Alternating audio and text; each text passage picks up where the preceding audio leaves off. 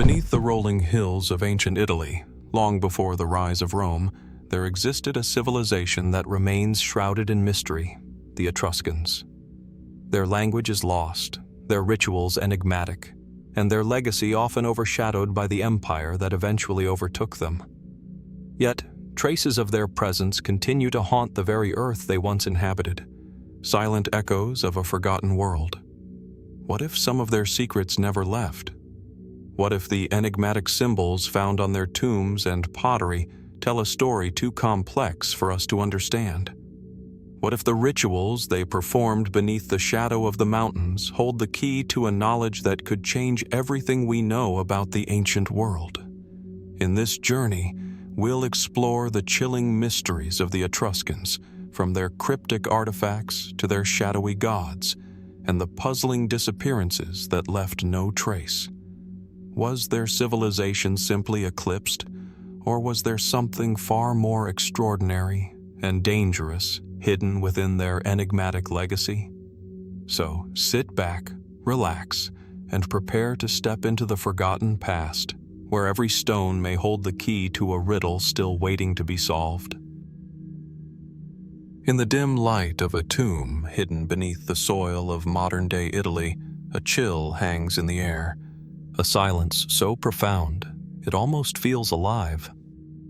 The tomb, located in the ancient Etruscan city of Tarquinia, is filled with intricate frescoes depicting vibrant scenes of feasts, processions, and solemn rituals. Yet beneath the beauty of the artwork, there lies a darker, more troubling history. In the shadow of these vivid murals, historians and archaeologists have uncovered evidence of something far more sinister: rituals of human sacrifice. The Etruscans, a civilization that flourished between the 8th and 3rd centuries BCE, remain one of the most enigmatic cultures of the ancient world. Their language, while partially deciphered, still eludes full understanding. Their customs, their beliefs, and their practices have fascinated scholars for centuries. But one element of their society has persistently drawn intrigue, suspicion, and even fear: the potential role of human sacrifice in their religious rituals. In the heart of Etruscan society, religion was everything. Gods and goddesses governed every facet of life, from agriculture to war, and the Etruscans believed that appeasing these deities was essential for their survival. So when excavations unearthed the remains of what appeared to be ritual killings, it raised an unsettling question. Were the Etruscans willing to go to extreme lengths to secure favor from their gods? The evidence is scattered, but compelling. In several Etruscan tombs, archaeologists have uncovered the remains of what appear to be sacrificial victims, often found in positions that suggest violent death. These individuals were likely not executed as criminals or prisoners of war. Instead, their deaths appear to have been part of an intentional, ceremonial act. In some cases, their bodies show signs of ritualistic treatment, with skulls removed or bones arranged in specific formations that imply ritual significance. In the city of Vetulonia, for example, the remains of a group of men and women were found buried together in a manner suggesting their deaths were part of a larger sacrificial event.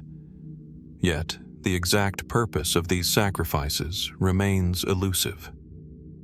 Were they offered as a plea for divine favor in times of war or famine? Or were they part of more secretive, esoteric rituals that aimed to unlock hidden knowledge or power? The ambiguity of the evidence only deepens the mystery. Some scholars suggest these sacrifices were a way to communicate with the gods, believing that the soul of the victim would act as an intermediary between the divine and human realms. Others propose that they were an expression of the Etruscans' belief in the balance between life and death, with sacrifice serving as a way to maintain cosmic harmony. But these explanations, while intriguing, do not satisfy all the questions. Why did the Etruscans, unlike many other ancient civilizations, seem to favor human sacrifice as a central aspect of their religious life? And why is there such a pronounced secrecy surrounding their rituals? Unlike the Greeks or Romans, who left behind written accounts of their religious practices, the Etruscans were far more reticent, leaving behind few direct records. The majority of what we know about their religious life comes from external sources, particularly the Greeks and Romans, who often viewed the Etruscans with suspicion and disdain. It is possible that much of what we know about their rituals is colored by the biases of outsiders, making it difficult to understand the full scope of their beliefs. One of the most intriguing aspects of Etruscan human sacrifice is its potential connection to the shadowy world of prophecy and divination. The Etruscans were renowned for their practice of haruspicy, a form of divination in which priests would examine the entrails of sacrificed animals to interpret the will of the gods. Could human sacrifice have been an extension of this practice, a way to interpret or influence the divine will? Were the victims themselves seen as living sacrifices, chosen for their connection to the spiritual world, able to reveal hidden truths or act as messengers? Another unsettling theory suggests that the Etruscan sacrifices may have been linked to darker, more sinister practices. Some scholars have speculated that their religious rituals may have involved the veneration of death itself, with sacrifice serving as a means to commune with the underworld. The tombs of the Etruscans often contain images of the afterlife, and it is possible that human sacrifice was seen as a necessary step in securing the favor of the gods of the dead, who controlled the fate of souls. Were these sacrifices truly a means of appeasing the gods, or were they part of a darker, more hidden ritual designed to harness the power of death itself? As we venture deeper into the world of the Etruscans, we begin to see that their civilization was not one of simple rituals or straightforward beliefs. It was a world where the boundary between life and death was blurred, where the sacred and the profane intertwined. And as the ancient tombs and remains continued to reveal their secrets, one thing remains clear. There is still much we don't know about the Etruscans' mysterious world, and many of their darkest rituals may never be fully understood. So, what were these sacrifices really about? Were they part of a hidden, ancient tradition that has been lost to time? Or were they, as some believe, the desperate acts of a civilization clinging to the only means of survival in a world where the gods were both omnipotent and merciless? The answers remain buried, waiting for those who dare to dig deeper.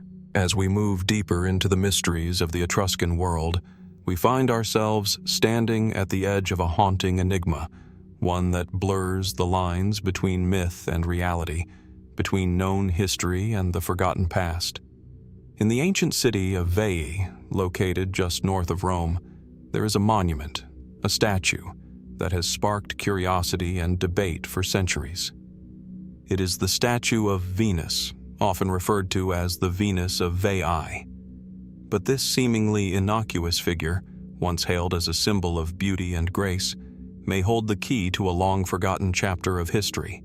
A chapter that suggests the Etruscans and Romans may have fought an unknown war, a clash that has slipped through the cracks of time. The statue, discovered in the 19th century, depicts Venus in a strikingly realistic form, her face serene, her posture elegant. Yet beneath this tranquil surface, there lies a deeper question. Was Venus, in fact, a symbol of something far more ominous? Some have speculated that the statue represents the lost memory of a dramatic and violent confrontation between two civilizations, one that would ultimately determine the future of the ancient world. Historical records are sparse when it comes to the relationship between the Etruscans and Romans in the early centuries of Rome's rise to power. We know that the Etruscans were a powerful force in Italy long before Rome's dominance, their cities flourishing with culture, wealth, and influence. Yet, as Rome expanded its reach, the Etruscans began to fall into decline, their cities absorbed by the growing power of the Roman Republic. But the question remains, did the Etruscans simply fade into history? Or was there a final, violent struggle for supremacy that has been lost to time? The mystery of the Venus battle may offer a clue. Some researchers have suggested that the Etruscan Venus statue, found in Veii, a city that was one of the last to fall to Roman conquest, may have been a monument not just to the goddess of love, but to a battle that sealed the fate of the Etruscan civilization. What if this statue was erected not to celebrate the virtues of love and beauty, but as a reminder of a lost victory? A battle fought between the Etruscans and Romans, one that was later erased from history? Historical texts offer little insight into a direct clash between these two peoples, but there are hints, obscure references in Roman literature, vague mentions of military conflict, and archaeological remains that suggest something more. In the city of Veii, for example, archaeologists have uncovered evidence of a large, fortified structure that appears to have been destroyed in a manner that suggests a fierce, organized attack. Some even claim that the Etruscans, knowing they could not stand against Rome's growing power, may have made one final, desperate attempt to defend their city, an attempt that was ultimately doomed to failure. But could this be the real story? Could the Venus statue, with its serene and peaceful appearance, be hiding a deeper, more tragic tale? Was it commissioned in the aftermath of a war that was never officially recorded? A final stand of a proud people who refused to be erased from history? The details remain elusive. Ancient Roman accounts, while thorough in chronicling Rome's victories, are suspiciously silent on the matter. The Romans, it seems, preferred to write their history with a sense of glory and triumph, leaving out the darker chapters where their enemies might have fought back with equal determination. There is a sense that the true nature of the Etruscan-Roman conflict, if such a battle even took place, has been deliberately obscured or worse, forgotten altogether. In the quiet ruins of Veii, however, the past seems to whisper its secrets. Beneath the shadow of Venus, a mystery still lingers, one that suggests the Etruscans were not simply passive victims of Roman expansion, but active participants in a struggle that shaped the future of Italy. What if the truth of the Venus battle lies hidden in these ancient stones, waiting for someone to uncover the fragments of a lost conflict? As we continue to explore the mysteries of the Etruscan world, we are left with more questions than answers. Did the Etruscans ever truly stand against Rome in a battle for survival? Or was their downfall a quiet and inevitable surrender to the tide of history? And what role did Venus, this enigmatic symbol of beauty and grace, play in this story? Was she a goddess of peace, or a symbol of something far more complex and tragic? The answers remain hidden, but the mystery lingers, a silent testament to a forgotten past that may one day be brought back to life. As we move deeper into the enigma of the Etruscan civilization, one question emerges, lingering in the shadows of history. Where is the lost Etruscan crown? It was said to be a symbol of power, a regal artifact crafted with astonishing skill, a piece that held the secrets of Etruscan royalty. Some believe it was forged in gold, others say it was made of bronze, decorated with intricate symbols, perhaps bearing the marks of gods or rulers. Yet, despite numerous searches and countless theories, the Etruscan crown remains one of the most elusive relics of ancient Italy. The first whispers of its existence come from the ancient texts. Roman historians, chroniclers of their own rise to dominance, made fleeting references to the crown, suggesting it once adorned the head of an Etruscan king or high priest. It was a symbol of authority, a mark of divine right. Some even claim it was worn during important religious ceremonies, where the leader was seen as the earthly representative of the gods. But all of these accounts were written centuries after the Etruscans had disappeared from the historical stage, leaving us with little more than faint memories of what might have been. Then, in the late 19th century, an archaeological discovery in the heart of ancient Etruria seemed to bring the crown one step closer to reality. In a tomb at Cerveteri, one of the most significant Etruscan necropolises, a treasure trove of artifacts was unearthed. Sculpted urns, bronze weapons, and golden jewelry, each piece more exquisite than the last. Among them, it is said that there was a crown, an artifact so striking that it could have easily been mistaken for the long-lost symbol of Etruscan kingship. But when the excavation team cataloged their findings, no crown was listed. It was gone, as though it had disappeared into the earth along with the people who had made it. Some believe it was stolen, taken by treasure hunters before it could be properly examined. Others argue it was lost to time, buried deeper than any modern search could reach. And still, a few speculate that it was never there at all.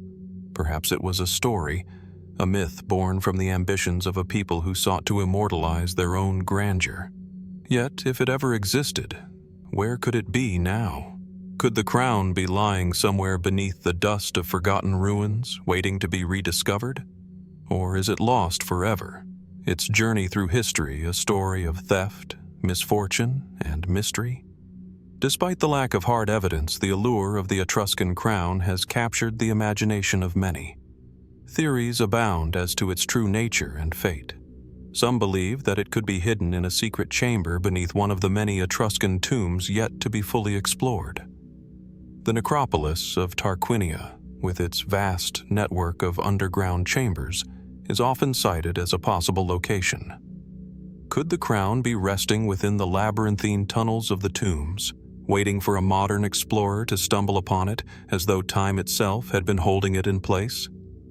Others wonder if the crown was not a single object, but a set of ceremonial pieces scattered across the Etruscan world, perhaps stolen by the Romans during their conquest of the region. After all, the Romans were notorious for taking the treasures of the cultures they conquered, and the Etruscan crown would have been an incredibly valuable prize.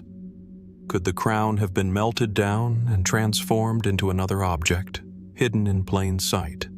Its true origins lost to history? There are even more fantastical theories that suggest the crown could have been taken far beyond the borders of Italy.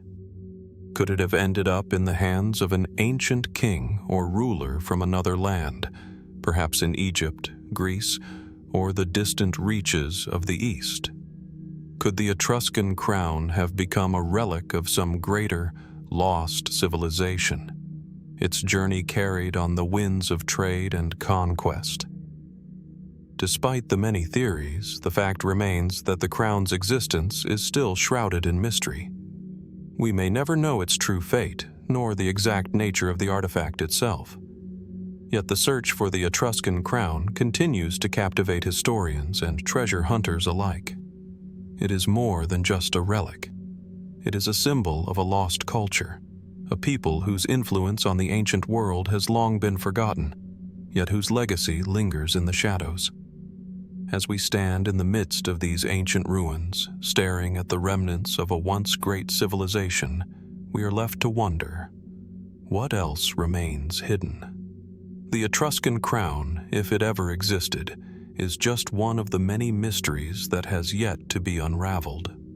Could there be other objects, other symbols of power, buried beneath the soil, waiting to reveal their secrets?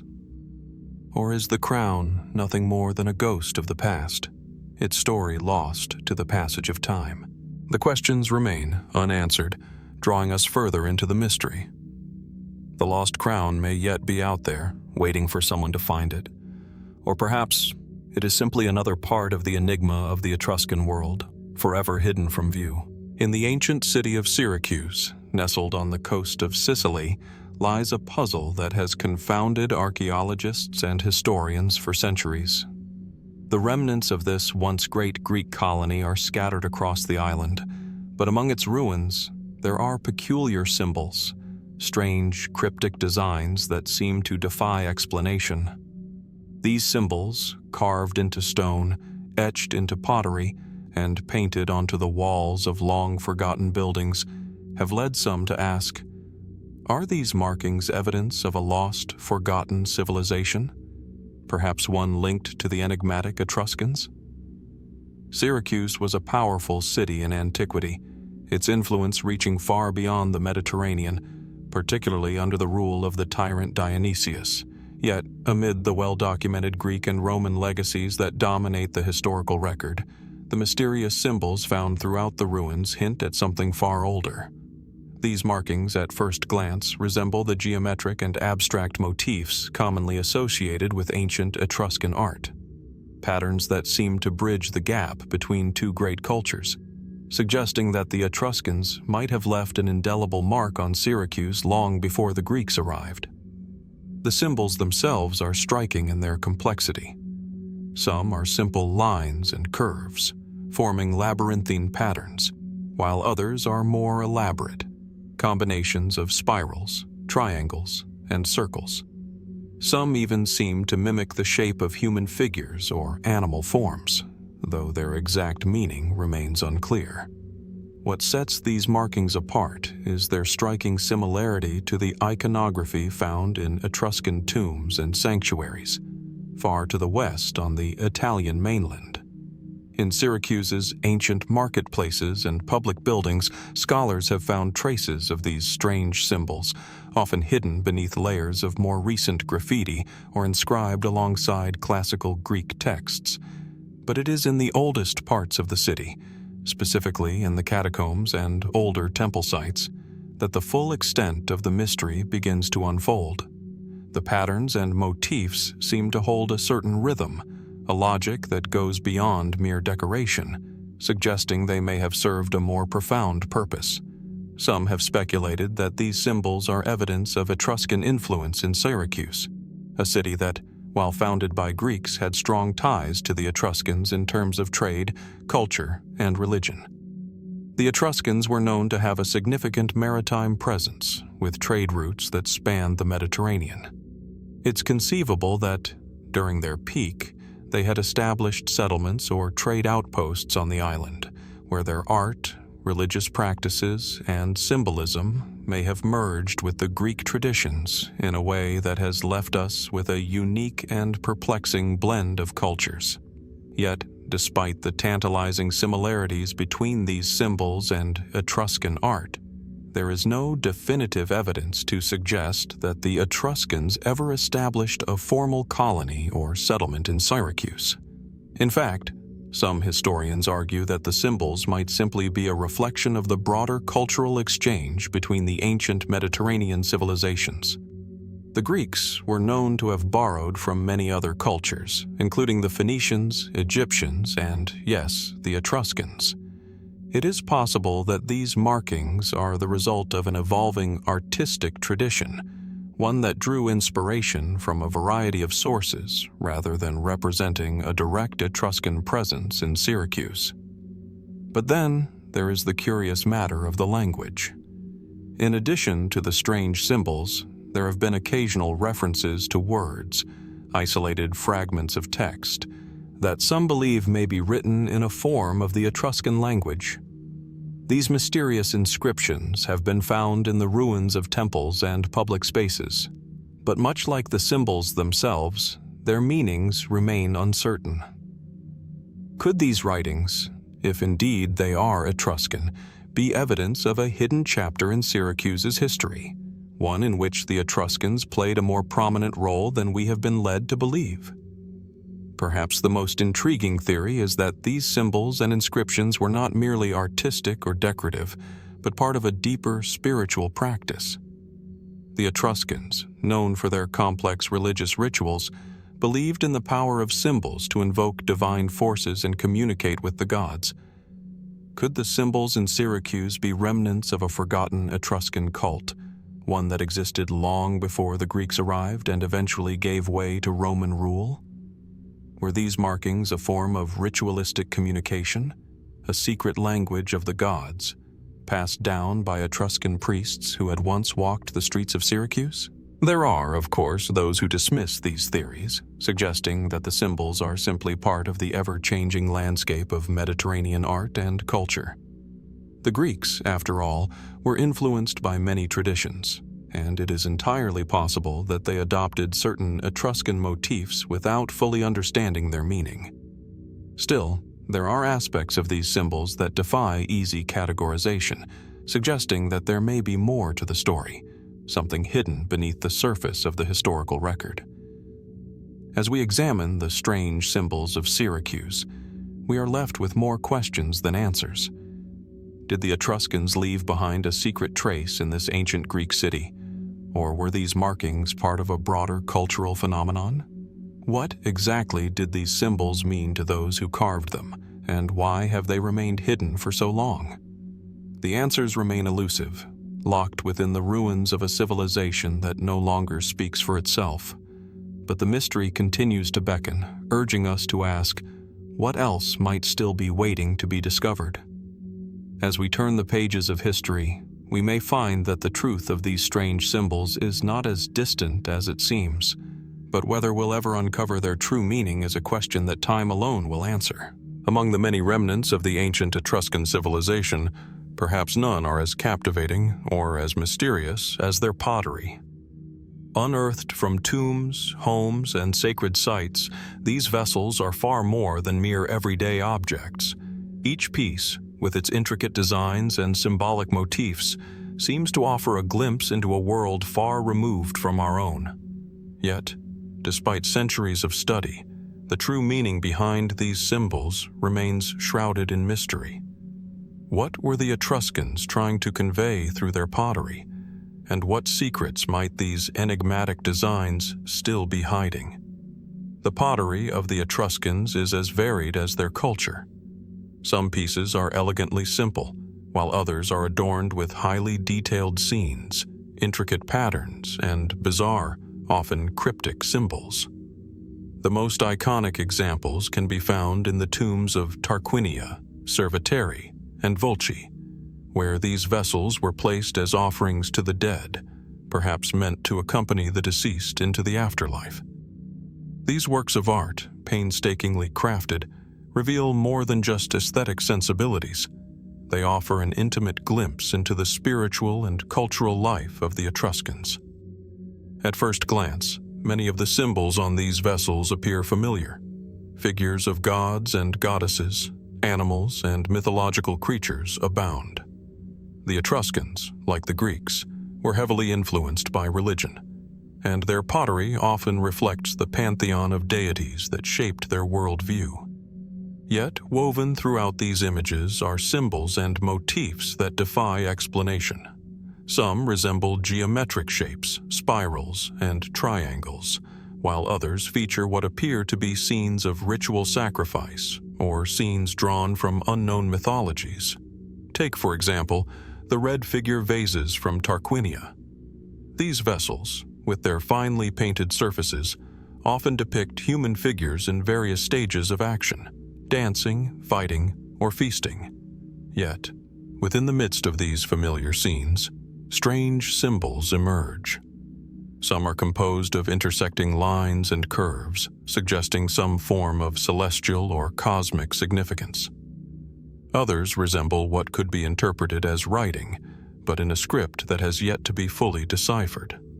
Are these images simply decorative, or are they encoding something deeper, something hidden from our understanding? What makes this even more fascinating is that the Etruscan language itself remains partially undeciphered. While some elements of it have been translated through linguistic comparisons with ancient languages like Latin and Greek, much of it remains a mystery. Could the symbols on their pottery be a form of written language, a secret code that only the initiated could understand? Some scholars have argued that these markings, combined with the Etruscan script found on inscriptions elsewhere, could represent an ancient form of communication that went beyond words, a way to convey mystical truths, or even a form of prophecy. There are also the curious animal motifs found on many Etruscan vessels. Lions, serpents, and birds of prey are common, but their meanings remain unclear. In Etruscan religion, animals were often seen as omens or messengers from the gods, and it is possible that these creatures were intended to carry symbolic weight. The lion, for instance, could represent power and protection, while the serpent might symbolize regeneration or the passage between life and death. The prevalence of these animals, alongside the human figures and divine images, suggests that these symbols were not mere decorative elements. They could have had sacred or ritualistic significance. Yet, as we dig deeper into the mystery of Etruscan pottery, a more unsettling possibility begins to emerge. Could some of these symbols be an attempt to communicate with powers beyond the material world? In Etruscan religion, the concept of the Nectopra, a divine invisible force, was central to their understanding of the universe. The Etruscans believed in a complex network of spiritual forces, both benevolent and malevolent, and their pottery may have been a tool to channel or invoke these forces. Could the strange symbols be a form of ritual magic designed to summon the divine or protect against evil spirits? Theories abound, yet we are left with more questions than answers. One theory suggests that the Etruscans, who had strong connections to the Greek world, may have used their pottery as a means of preserving and transmitting sacred knowledge. The symbols might represent esoteric teachings, passed down through generations of priests and scholars. Others suggest that these vessels were used as part of initiation rites, where those seeking to enter the mysteries of the Etruscan religion were taught to read and interpret these symbols in ways that outsiders could never understand. Still, there is another possibility that casts a shadow over our understanding of Etruscan pottery: that these symbols were not meant to be understood by us at all. What if these designs were part of an ancient code, one so deeply rooted in Etruscan culture that it defies modern interpretation? Could these symbols have been intended for a select group of individuals, known only to those who shared the same beliefs and knowledge? If so, what might that suggest about the level of secrecy surrounding Etruscan rituals and society? As we stand before these ancient vessels, it is impossible not to feel the weight of history pressing in on us. These objects, once used in daily life and now enshrined in museums and collections, carry with them a deep mystery, a mystery that may never be fully understood. The symbols on Etruscan pottery remain as cryptic as the civilization that created them, offering tantalizing glimpses into a world that has long since passed into the shadows of time. So, as we look upon these vessels, we must ask ourselves, what were the Etruscans trying to tell us? Were these symbols meant to preserve knowledge for future generations, or were they part of a ritualistic language that can never be fully decoded? And, perhaps most intriguingly, what might still be hidden within these designs, waiting to be uncovered by those who are willing to search beyond the surface? The answers may never come, but the mystery remains, challenging us to look closer, think deeper, and wonder what secrets the Etruscans left behind. In the quiet, dust-filled rooms of ancient libraries and darkened vaults, scholars have uncovered fragments of texts, scraps of parchment, brittle papyri, and thin layers of clay tablets that speak of a civilization lost to time. These texts, often referred to as the Etruscan Manuscripts, contain writings in a language that has baffled experts for centuries. While some of the language has been partially deciphered, vast portions of it remain utterly incomprehensible. What were these manuscripts meant to record? Could they have held the key to unfathomable secrets, perhaps even knowledge that was too dangerous or too advanced for their time? The manuscripts in question are scattered across the world's great museums and libraries. Some were discovered in Etruscan tombs, buried with the dead, while others were found in the ruins of once thriving cities like Tarquinia, Veii, and Cerveteri. These texts, composed in the mysterious Etruscan script, have fascinated historians and archaeologists for generations. While we know that the Etruscans had a highly developed culture, remarkable in their art, engineering, and religious practices, much of what they recorded in their manuscripts remains a mystery. What is known is that the Etruscans used their written language to record everything from religious rituals to the mundane aspects of daily life. Inscriptions on tombs and monuments often include the names of rulers, gods, and significant events, offering us a glimpse into their complex society. But the manuscripts, far more intimate in their content, appear to delve deeper into esoteric knowledge, perhaps even secrets that were never meant to be shared. One of the most famous of these manuscripts is the Liber Linteus, a linen book found in the early 20th century in the tomb of an Etruscan noble.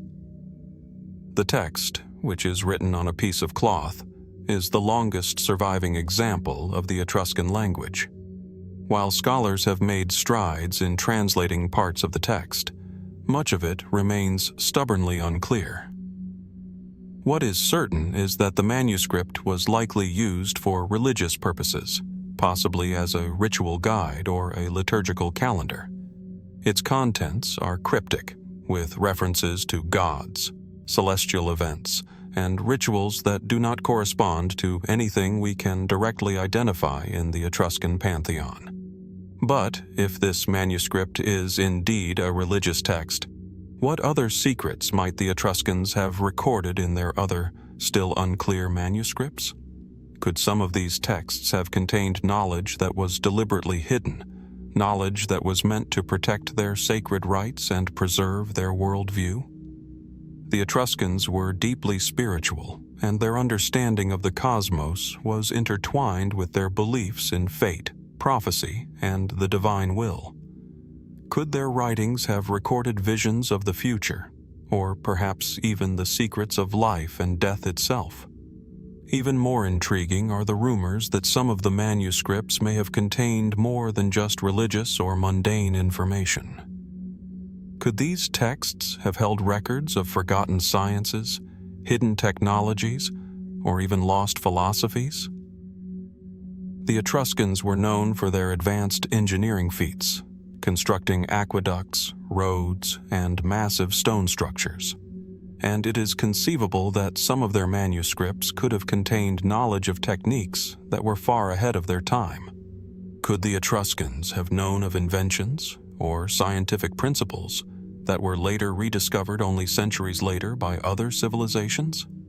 Some scholars have even suggested that the manuscripts could have held knowledge of rituals or practices that were considered too dangerous to be passed down. The Etruscans believed in the power of the Nkypra, the invisible force that governed the universe, and it is said that certain knowledge of the divine was only accessible to those who had undergone rigorous training and initiation. Could some manuscripts have been written as a way to protect this sacred knowledge from being misused, concealing it in a code that only the initiated could understand? There are those who believe that these manuscripts may have contained the knowledge of the arcane, a form of ancient mysticism or spiritual understanding that was too profound to be shared with the masses. In their sacred texts, could the Etruscans have recorded their understanding of the metaphysical world, of the connections between life and death, the earthly and the divine?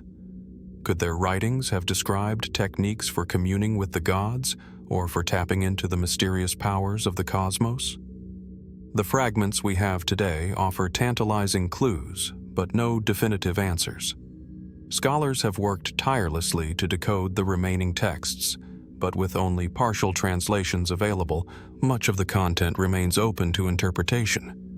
Could the key to unlocking the full meaning of these manuscripts lie hidden, waiting for a breakthrough in linguistics or archaeology to reveal its secrets? Or perhaps, has the knowledge been intentionally obscured, lost to time and history as a safeguard against its misuse? As we stand before these ancient texts, surrounded by the echoes of a long-forgotten people, we are left to wonder, what did the Etruscans know that we no longer understand? Did they record insights into the universe that could still change our understanding of the world? Or were these manuscripts a record of their deepest, most guarded secrets? Secrets that, for reasons we may never fully understand, were left to the past. The mystery of the Etruscan manuscripts remains unresolved, and with each new discovery, we are reminded that there are still parts of their culture, parts of their knowledge, that remain beyond our reach. What truths might be waiting, hidden within the pages of these ancient texts? The answers may never come, but the allure of the unknown continues to pull us forward, urging us to look deeper, Ask more, and never stop searching for the mysteries that lie beneath the surface of history. In the rolling hills of northern Italy, not far from the remains of ancient Etruscan cities, there lies a quiet landscape, its verdant fields and dense woodlands now serving as peaceful reminders of a turbulent past. The earth here has witnessed many battles, but one of the most elusive conflicts in the region's history is largely forgotten.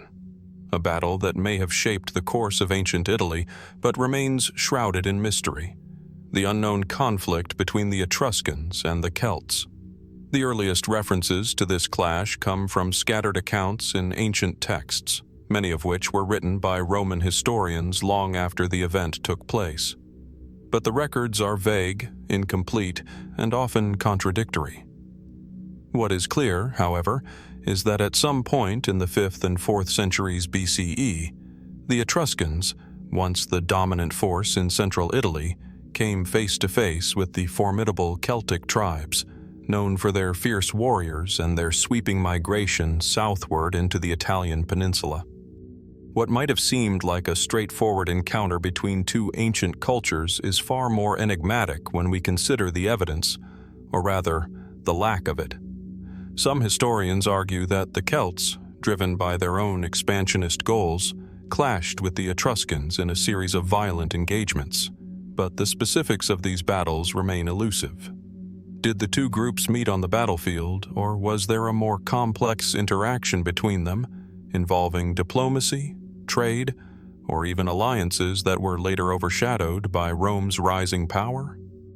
The location of these battles, if they indeed occurred, is still debated. Some scholars point to the plains of northern Italy, around the Po River Valley, where Celtic tribes were known to settle. Others suggest that the final confrontation took place closer to the Etruscan heartlands, in the region around modern-day Tuscany, near the cities of Volterra and Chiusi. But what if the true site of the battle, or battles, remains hidden beneath centuries of earth and time, waiting to be uncovered? Archaeological evidence for the conflict is scant. No grand monuments to victory, no decisive inscriptions or war memorials. Just whispers of a struggle that might have been far more significant than it appears in the historical record.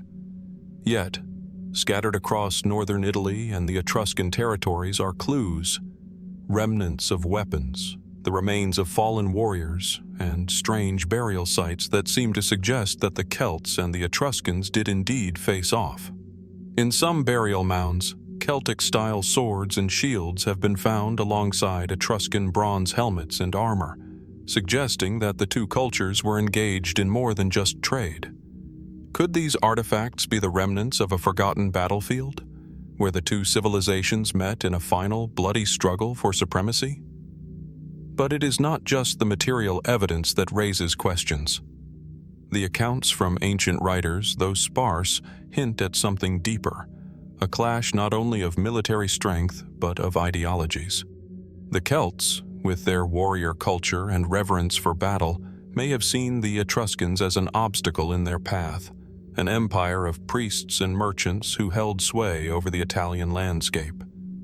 On the other hand, the Etruscans, deeply connected to their gods and their elaborate religious rituals, may have viewed the Celts as a chaotic force, threatening the delicate balance of their world. Was this battle not just one of steel and blood, but one of belief, of a clash between two very different views of the world? Some sources suggest that the Celts, despite their ferocity in battle, were not only warriors, but also skilled diplomats, able to form alliances with local tribes to secure their dominance. Could it be that the Etruscans, recognizing the strength of the Celtic threat, attempted to negotiate, offering land or tribute to avoid outright war? The absence of a definitive battle site could hint at a more complex story, one where diplomatic maneuvering, political alliances, and cultural exchanges played as much of a role as the sword. However, there are darker theories about this conflict, ones that suggest a much more violent and chaotic encounter. Could it be that the Celts, upon their arrival in the Italian peninsula, were so overwhelming in their tactics that they crushed the Etruscans completely, forcing them into retreat or submission. Were the Etruscans, once the proud rulers of the Italian heartlands, overwhelmed and broken in a series of massacres that left no trace in the historical record? Some ancient writers allude to such events, but these stories too are wrapped in uncertainty, their authenticity questioned by modern scholars. The lack of clear evidence surrounding the battle between the Etruscans and the Celts leaves us with a tantalizing mystery. Why, despite the vast wealth of archaeological findings, do we find so little to confirm the true nature of this clash? Could it be that the Celts, known for their raiding and destruction, simply wiped out the Etruscan records, leaving behind only scattered remnants of the conflict? Or perhaps the story has been buried by time, hidden beneath the later dominance of Rome, whose chroniclers may have seen no reason to preserve the history of such a conflict. As we stand on the edge of history, looking out over the hills and valleys where these ancient peoples once met, we are left to wonder, what really happened between the Etruscans and the Celts? Was it a decisive clash that altered the course of Italian history? Or was it simply a footnote in the larger tapestry of the ancient world? The answer remains lost, hidden beneath the surface of time, waiting for someone to unearth it. Could there be more evidence waiting in the ground, just waiting to be uncovered? Or has the truth of this battle been erased, its memory buried by the weight of centuries? The mystery lingers, reminding us that some chapters of history may never be fully written, their secrets hidden forever in the forgotten corners of the past. Beneath the sun-baked earth of Etruria, hidden among the rolling hills of Tuscany and Lazio, lie some of the most remarkable tombs ever unearthed, ancient burial chambers that once held the elite of Etruscan society. These tombs, often carved deep into the rock, are architectural marvels in themselves, but it is the treasures they contain, or rather, what they might still contain, that continues to captivate the imagination of historians and archaeologists. For centuries, the tombs of the Etruscan rich have whispered their secrets, treasures, artifacts, and symbols of a world that was as mysterious as it was sophisticated. But what hidden riches remain buried with the elite? And more intriguingly, what knowledge or objects might still lie undiscovered, locked away from the prying eyes of time? The tombs of the Etruscan elite were not mere resting places. They were grand statements of wealth, power, and status, often built to resemble the homes of the living, with chambers designed to mirror the Etruscans' belief in an afterlife that was just as complex and luxurious as their existence on Earth. At places like Tarquinia, Cerveteri, and Veii, archaeologists have uncovered entire necropolises, where tombs stretch across the landscape like a hidden city of the dead. The walls of these tombs, in many cases, are covered in vivid frescoes depicting feasts, hunting scenes, and mythological figures, a final celebration of life, art, and the divine. But it is the objects placed within these tombs that have drawn the most attention. The Etruscans, skilled metalworkers, potters, and jewelers, filled the graves of their elites with an extraordinary array of treasures: gold jewelry, bronze armor, intricately designed pottery, and elaborate weapons. These objects were not simply offered as tokens for the afterlife, but were symbols of the power, prestige, and influence of the deceased. Many of these artifacts, particularly the gold and silver jewelry, are astonishingly beautiful, revealing a level of craftsmanship that rivals the finest creations of the ancient world. Yet, even more fascinating are the objects that remain unfound, buried deep within tombs still hidden beneath the earth. While some tombs have been plundered by grave robbers over the centuries, many have remained sealed, and it is these undisturbed chambers that may still hold the greatest surprises. The tomb of the Etruscan king in Tarquinia, for example, is considered one of the most impressive finds, But what if there are even more lavish tombs, deeper and older, that have yet to be uncovered? Could there be artifacts lost to time, treasures so priceless they could change our understanding of Etruscan culture? One particularly intriguing aspect of these tombs is the possibility that some of the treasures within them may be connected to ancient rituals or secrets. The Etruscans were known for their complex religious beliefs, which involved elaborate ceremonies dedicated to appeasing the gods and understanding the will of fate.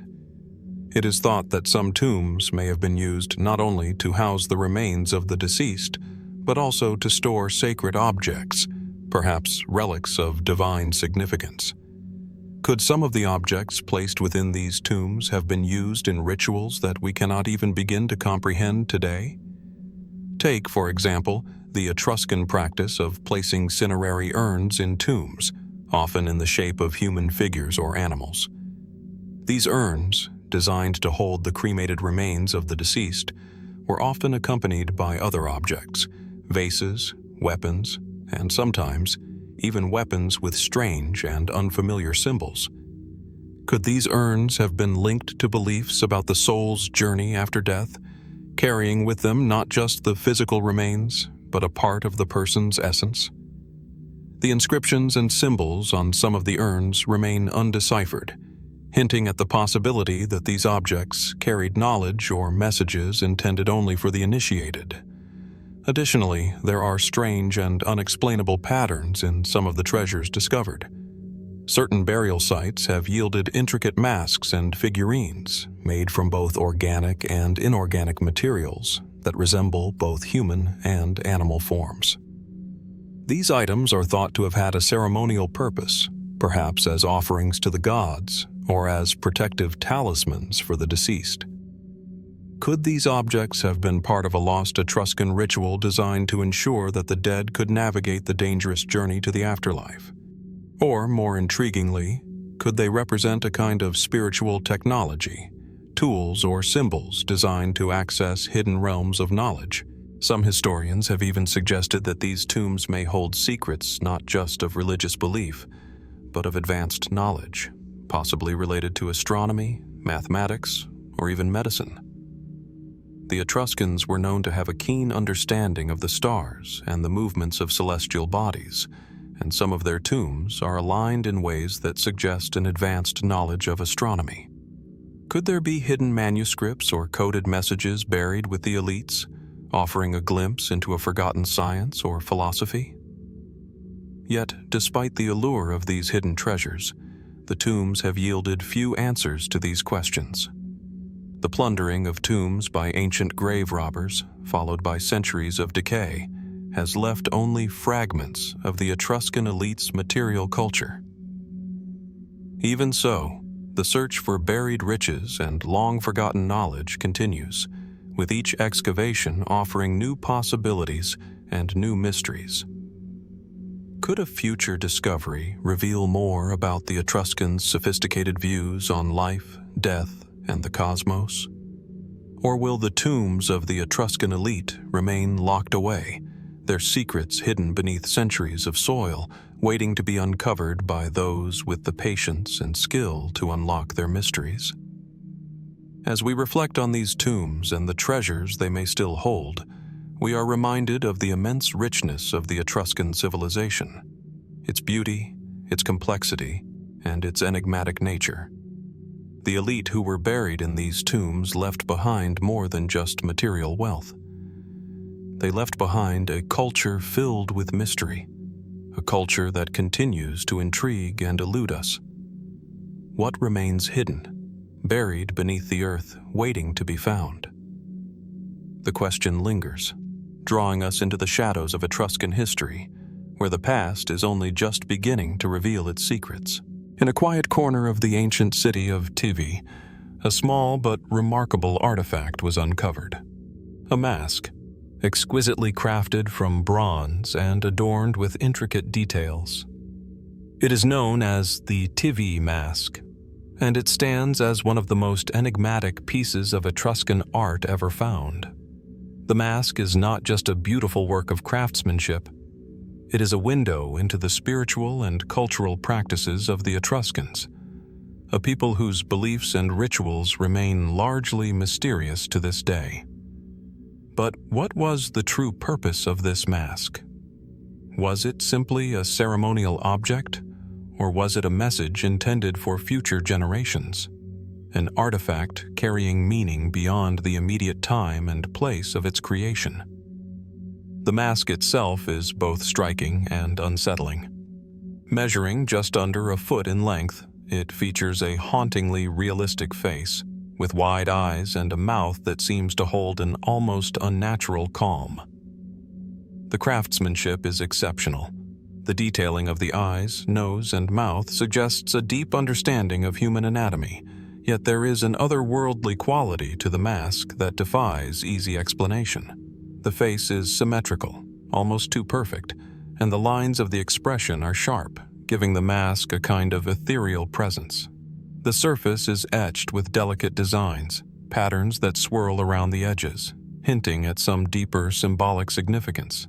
Yet for all its beauty, the mask is an object that raises more questions than it answers.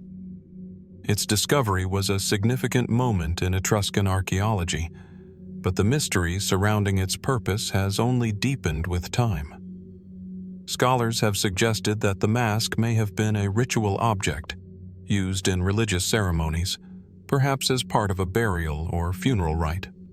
The Etruscans, known for their complex beliefs surrounding the afterlife, may have used the mask to symbolize the journey of the soul, a connection between the living and the dead.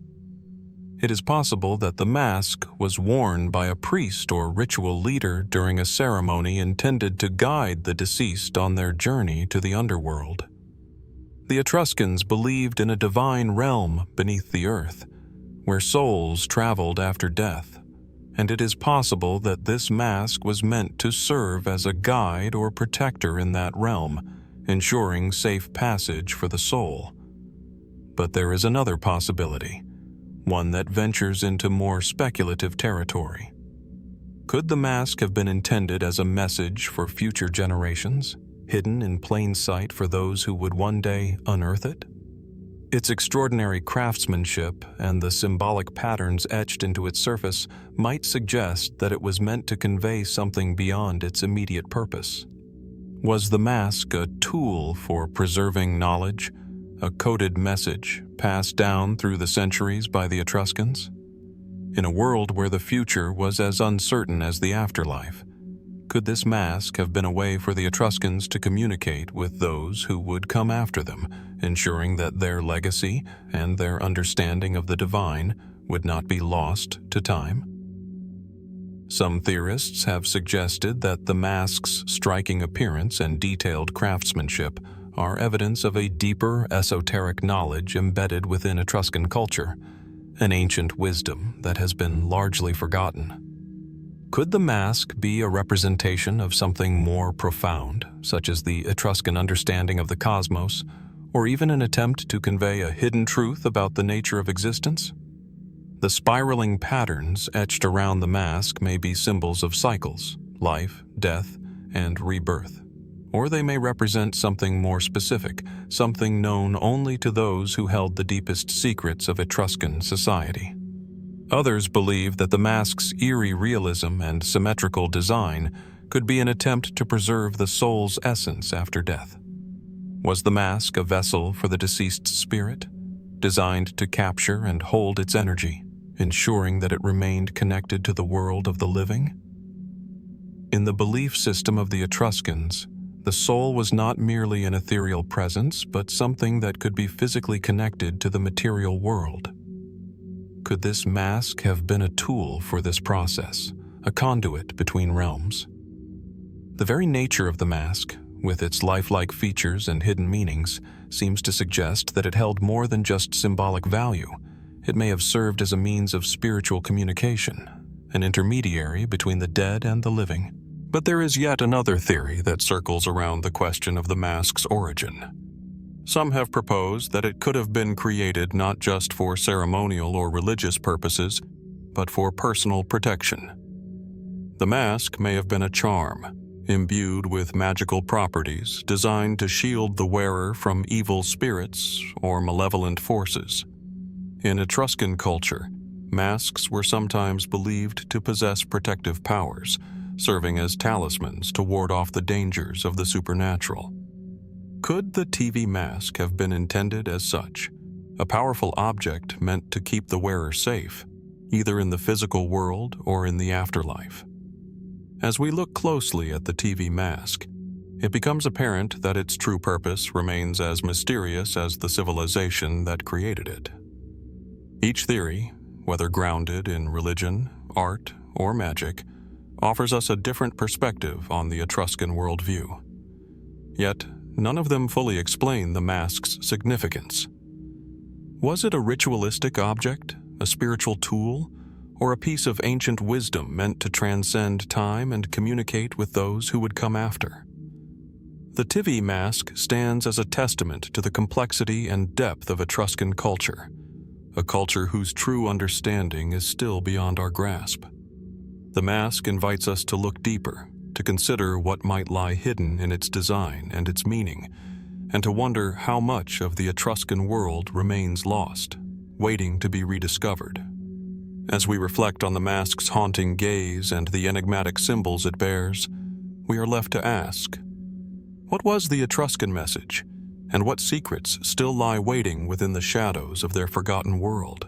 In the cool, shadowed depths of Etruscan tombs and sanctuaries, archaeologists have uncovered a fascinating array of ritual tools, objects once held in the hands of priests, priestesses, and perhaps even the elite members of society.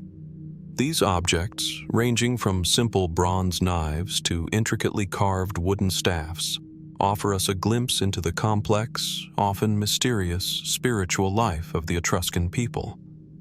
But what do these tools truly reveal about their lost beliefs? Were they instruments of power connected to divine forces? Or were they, perhaps, conduits to hidden realms, places where the living and the dead might meet?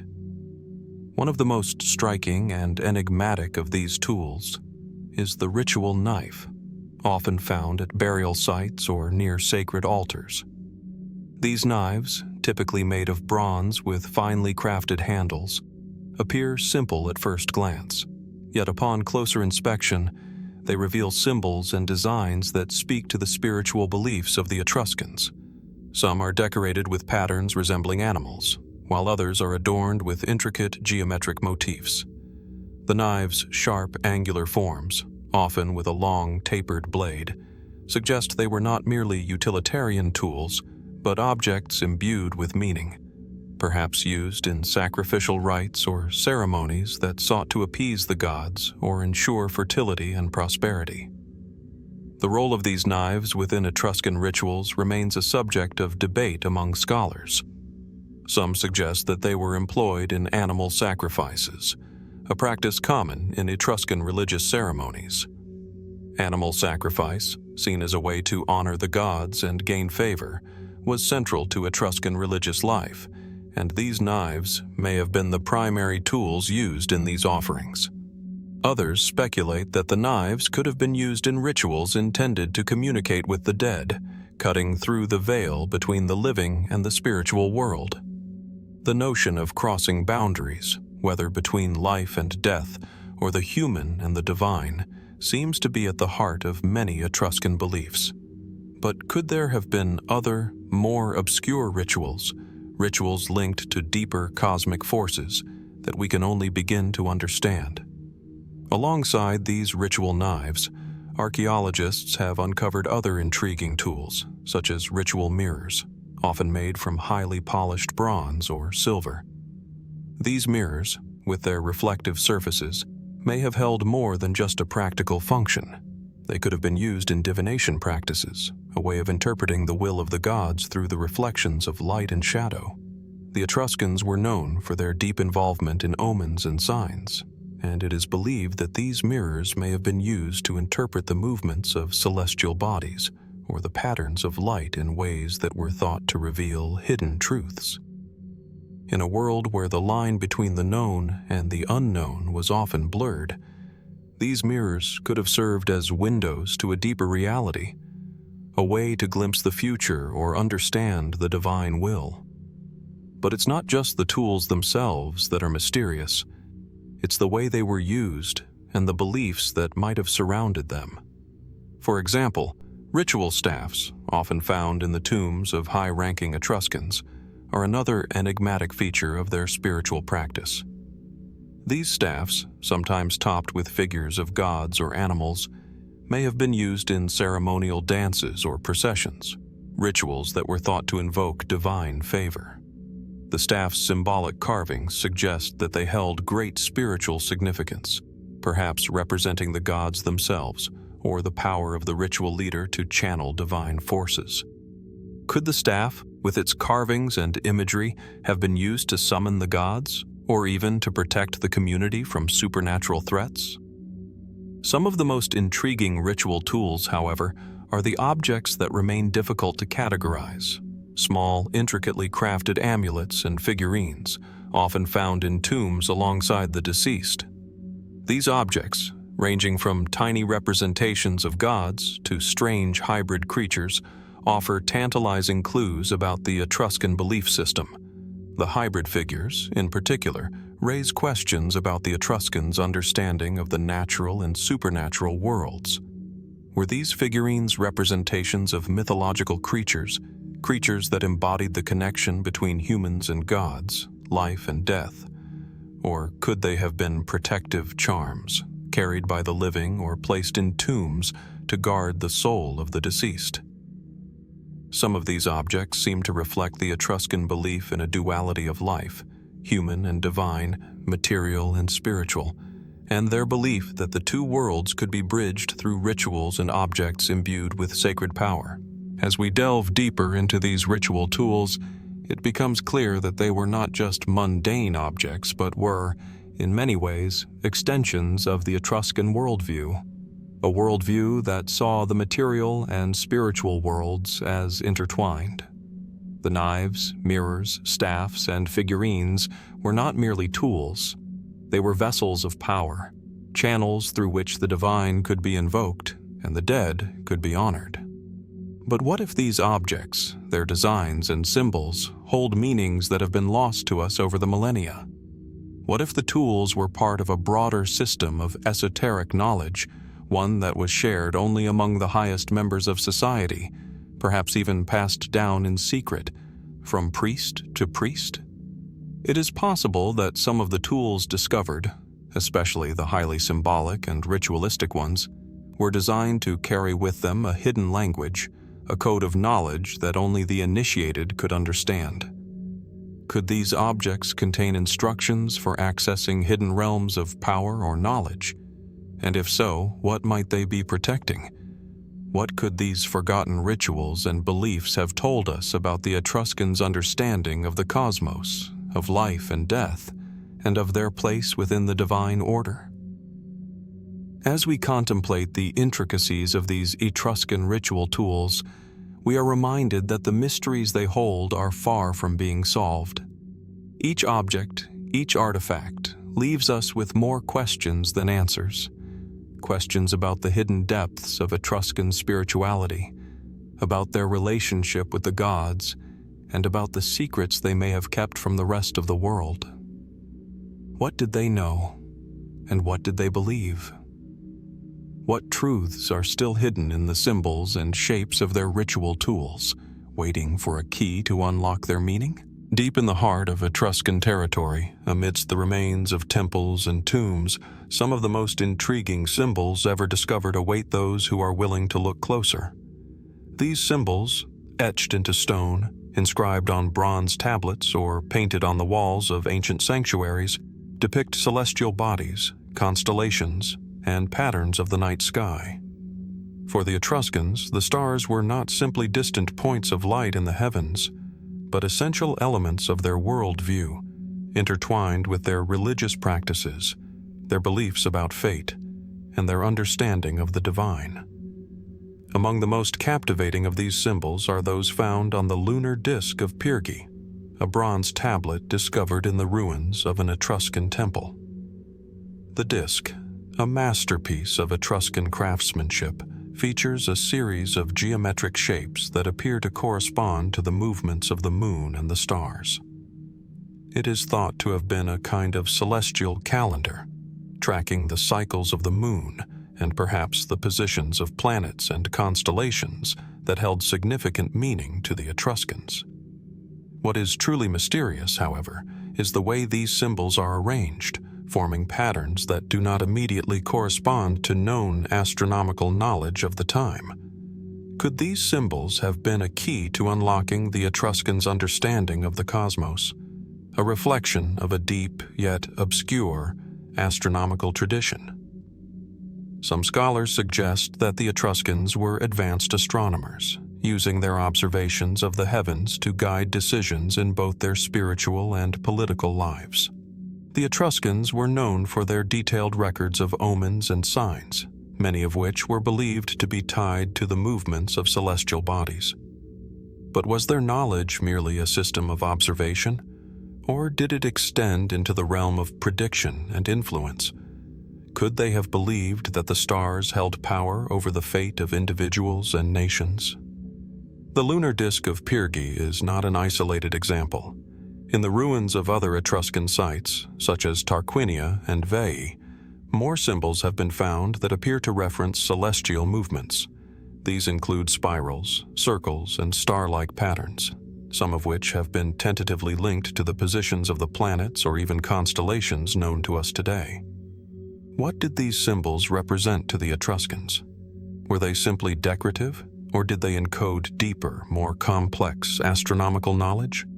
Some researchers have proposed that these symbols were part of a system of astrological thought, where each planet and star had specific influences on the world below. The Etruscans may have believed that the alignment of the stars could determine not only the outcome of battles and political events, but also the fate of individuals. Could these celestial symbols have been used to predict the future, to foretell significant events, or to choose auspicious dates for important actions, such as a king's coronation or the start of a military campaign? The Etruscan cinerary urns, many of which are elaborately decorated with depictions of the heavens, also give us a glimpse into their cosmic beliefs. Some urns feature engravings of the sun, moon, and stars, along with mythical creatures and deities, suggesting that the Etruscans viewed the heavens as a domain inhabited not only by celestial bodies, but by divine forces, spirits, and gods. Was the cosmos, then, a place where the divine intersected with the mortal world? Were these urns not just tombs for the dead, but representations of their journey through the cosmos? But as we dive deeper into the mystery of these Etruscan symbols, we find ourselves at a crossroads of fact and speculation. Could the Etruscans have had an advanced understanding of astronomy that has been lost to history, far ahead of their time? Some have argued that their knowledge was not simply observational, but possibly mathematical in nature, with calculations that encoded information about the movements of planets or even phenomena like eclipses. It's a theory that raises fascinating possibilities. Could the Etruscans have had a kind of pre-scientific astronomy based on knowledge passed down through generations? Or was their understanding of the stars more mystical, a blend of observation and spiritual belief, where the movement of the stars was seen not as a physical phenomenon, but as a divine message from the gods? On the other hand, there are those who suggest that the Etruscans' astronomical symbols were not purely based on scientific observation, but were linked to their religious rituals. Perhaps the stars were seen as direct representatives of divine will, and their movements were understood to be a form of communication from the gods to the Etruscan people. Was this knowledge then not intended to guide the Etruscans in their daily lives, but to communicate sacred, mystical truths? Could the celestial patterns they recorded be a map to the divine, a kind of cosmic code that could not only be deciphered through scholarly means, but through spiritual insight? And then, there's the tantalizing possibility that these symbols, with their intricate designs and seemingly esoteric meanings, could represent something entirely different, an ancient form of lost knowledge, deliberately hidden or lost to the sands of time. Could these symbols be part of a forgotten astronomical system, one that was once used for a much more advanced form of astrology or divination, but which has since been erased from history? The true meaning of the Etruscan astronomical symbols remains elusive as we struggle to decode the cryptic patterns they left behind. What we do know is that these symbols, whether practical, mystical, or symbolic, offer us a glimpse into the rich and complex worldview of the Etruscan civilization. The stars were not just distant lights in the sky for them. They were a part of their very existence, a tool for divination, a channel to the gods, and possibly even a guide to understanding fate itself. As we consider these ancient symbols, we must ask, what did the Etruscans truly know about the cosmos, and how did they view their place within it? Were their astronomical symbols a reflection of a knowledge lost to time, or were they part of a deeper spiritual understanding that eludes our grasp? Hidden beneath the layers of earth and history lies a site that has eluded the attention of most historians for centuries: the mysterious Etruscan Circus. Unlike the grand amphitheaters of Rome, whose ruins stand proudly across Europe, the Etruscan Circus remains a shadow in the historical landscape, barely recognized, yet undeniably significant. Despite being an integral part of Etruscan life, this ancient arena is largely lost to history. But what happened to it, and why has it slipped so quietly into obscurity?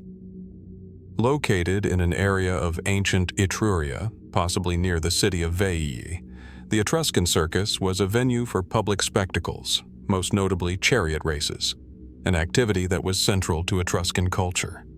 Chariot racing, often associated with Roman games and gladiatorial combat, may have had its origins here, in the Etruscan cities that predated Roman civilization.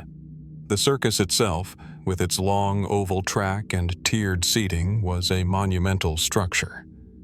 Though the physical remnants of this arena are scarce, the archaeological evidence suggests that it was a place of great significance, both as a site for entertainment and as a symbol of Etruscan civic pride.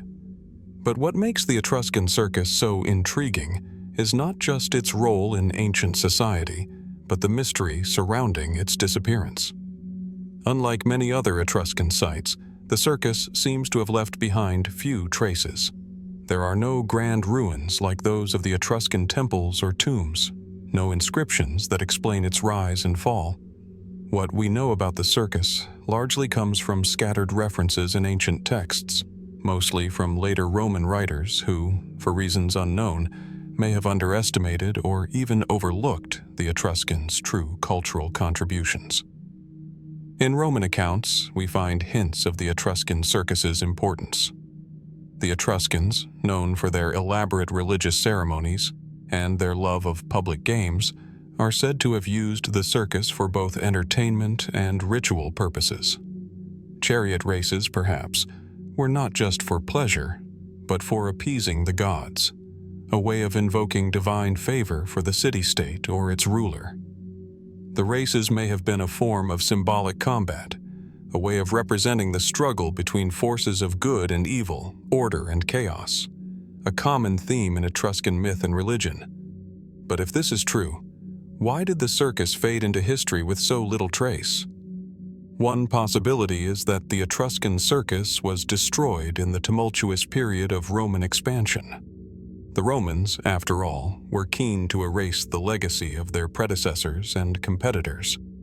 As they conquered Etruria and brought its cities into the Roman fold, they may have deliberately destroyed or repurposed Etruscan structures, leaving only fragments behind. Did the Romans, perhaps, dismantle the circus and rebuild it in their own image, transforming it into the grand amphitheater? Or was it simply abandoned as the Etruscan cities fell into decline, leaving the circus to fall victim to the ravages of time, looting, and neglect? Yet, this theory does not entirely account for the scarcity of evidence. After all, Even the Romans, who were known for repurposing ancient sites, did not completely erase all traces of their predecessors. The site of the Circus, assuming it existed where many believe it did, should have left behind more concrete evidence. Fragments of stone, remnants of chariot wheels, even broken pottery or bones from the spectators. The fact that so little remains, despite excavation efforts, suggests that the story of the Etruscan Circus is far more complex than mere destruction or abandonment. Some scholars have proposed a more speculative theory. Could the Etruscan Circus have been deliberately hidden, its location obscured in order to protect it from invaders, both Roman and later? The Etruscans were a secretive people, deeply involved in religious rituals and rituals that were often shrouded in mystery. Perhaps the Circus, as a site of such power and importance, was hidden away to preserve its sanctity. It's possible that after the fall of the Etruscan city-states, those who remained continued to honor and protect the site, passing down its location in whispers and rituals, but only to a select few. Could the Circus have been hidden deliberately as a way of safeguarding the mysteries of the Etruscan world from being lost entirely? Another theory suggests that the Etruscan Circus was never a permanent structure at all, but a temporary one, perhaps built for special events or festivals that occurred on a grand scale but were not meant to endure. This would explain the lack of lasting ruins and artifacts. The Etruscans may have constructed their circuses from perishable materials, wood, cloth, or temporary stone, knowing that the circus was not meant to stand for centuries, but only for the duration of a festival or a ceremonial period. In this view, the Etruscan circus was a living thing, a part of a much larger cultural practice that was defined by its transient nature. Yet, what remains undeniable is the eerie absence of a clear, definitive answer. The Etruscan circus was a part of a culture that loved spectacle and ceremony, that embraced public gatherings and the joy of the people. And yet, despite its apparent significance, the circus has left only whispers in the historical record, fragments, symbols, and vague allusions that hint at its former grandeur. What remains of this site is not just the physical absence, but a deeper philosophical one. Why is it lost? Could the Etruscan circus have been more than just a space for chariot races? Was it a site of power, of divine communication, of something more spiritual than we can understand? Or is it possible that the very reason the circus is lost to history is that its true meaning was never meant to be found, its significance hidden away like so many of the Etruscans' greatest mysteries? As we look for clues in the scattered remnants of the Etruscan world, we are left to wonder, what remains hidden beneath the earth and the centuries? What else is still out there, waiting to be uncovered in the forgotten corners of Etruscan civilization? Beneath the rolling hills of Etruria, hidden from the eyes of the modern world, lie remnants of a subterranean network, secret tunnels, caverns, and passageways that have puzzled archaeologists for centuries. These tunnels, some still sealed by time, others barely touched by excavation, reveal a hidden side of the Etruscan world, a side that remains largely shrouded in mystery. What were these tunnels used for? And why have they remained so elusive to modern understanding? In places like Tarquinia and Cerveteri, long thought to be simple burial sites, archaeologists have stumbled upon strange, narrow tunnels carved deep into the earth. These passageways, often just wide enough to crawl through, lead to unknown destinations. Some dead ends, others opening into massive chamber-like rooms, or disappearing into other tunnels yet to be explored. The question, of course, is not merely where these tunnels go, but why they were built in the first place. What was their purpose? Was this a network used for trade, or did these tunnels serve a more spiritual, perhaps even mystical, function? Some experts believe these tunnels may have been used as a form of burial chamber, akin to the grand tombs that dot the Etruscan landscape. The idea that the Etruscans built hidden pathways to their final resting places is supported by the discovery of skeletal remains deep within some of these tunnels. But the tunnels are often not just simple burial corridors. In many cases, they twist and wind in ways that defy conventional architectural logic. They don't seem designed merely for the transport of bodies. Some passages are far too narrow, winding, or inaccessible for this purpose alone. What if these tunnels were never meant to serve a practical, physical function at all? Could they have been built to guide souls in the afterlife? A path to connect the living with the divine or the dead?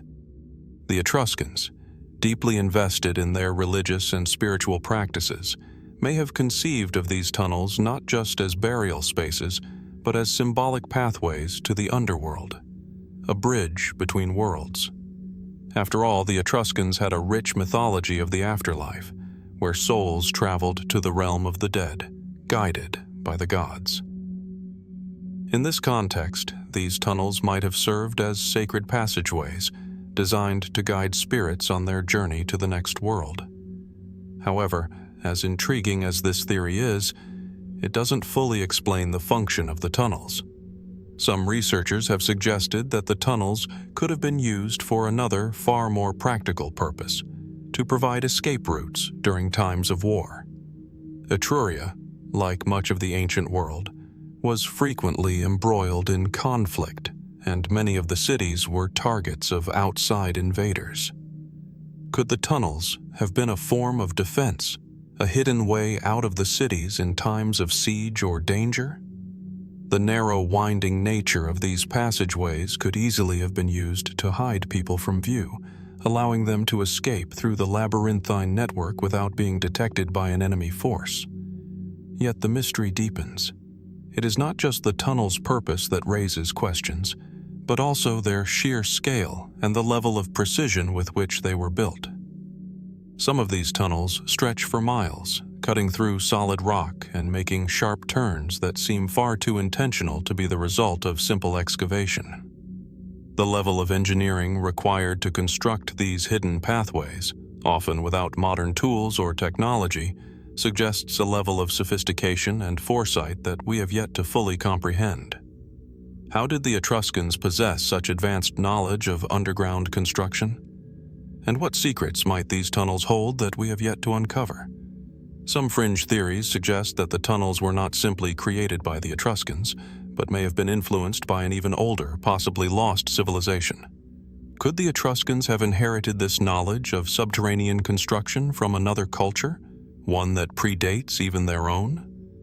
Some have speculated that the tunnels could be linked to the ancient mysteries of Atlantis, or even to the more enigmatic practices of civilizations like the Minoans, who had their own complex understanding of underground spaces. Could the Etruscans have been influenced by this knowledge, incorporating it into their own architectural practices? Or is it possible that these tunnels are part of a forgotten tradition, one that reached across ancient cultures, woven together by shared knowledge of hidden realms and secret spaces? Other theories are even more speculative, suggesting that the tunnels might have served purposes beyond mere practicality or spirituality. Could these tunnels have been used for something far more esoteric, perhaps as spaces for ritualistic practices, known only to an elite group within Etruscan society? Some believe that the Etruscans, who had a reputation for their secretive and complex religious rites, may have used these tunnels for initiation ceremonies, where members of a select group would undergo transformative experiences, perhaps seeking to commune with gods or access hidden knowledge. Despite the various theories, the true function of these tunnels remains unclear. What is undeniable, however, is their eerie, enigmatic nature. The fact that these tunnels have remained largely untouched by modern construction and urban development suggests that they still hold secrets that may reveal far more about the Etruscan worldview than we currently understand. Are these tunnels merely physical remnants of a lost civilization? or are they symbolic pathways waiting to be reconnected to a deeper understanding of the world and the divine? As we delve deeper into the history of the Etruscan tunnels, we are left with more questions than answers. What did the Etruscans believe about the journey of the soul, and how might these tunnels have been involved in that journey? Were these hidden passageways a means of survival, protection, or spiritual transcendence?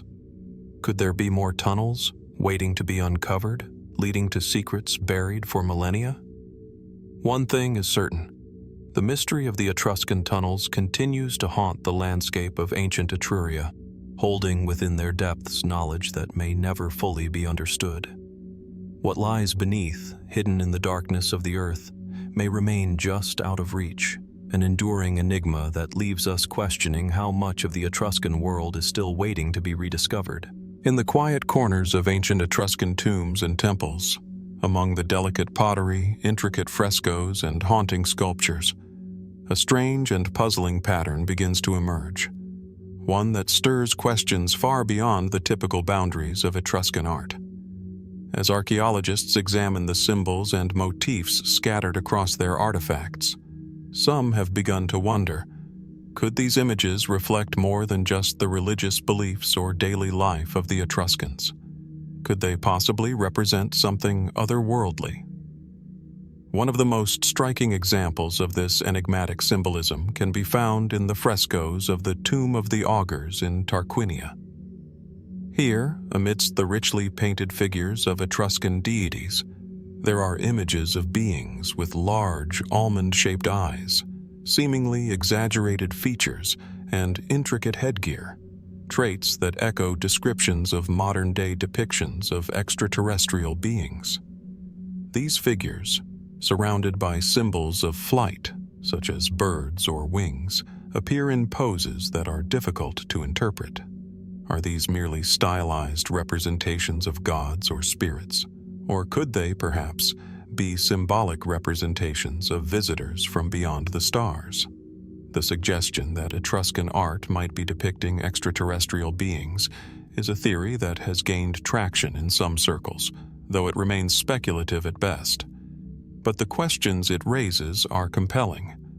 What if these symbols were not simply abstract representations of the gods, but were instead echoes of encounters with beings from another world? Could the Etruscans have had knowledge of otherworldly visitors, perhaps through dreams, visions, or actual physical encounters? In another example, on the Luni bronze, a piece of Etruscan art from the 5th century BCE, we find what appear to be intricate symbols that resemble modern depictions of spacecraft. The design includes circular shapes with lines radiating outward, suggestive of technology far beyond what would have been known to the Etruscans.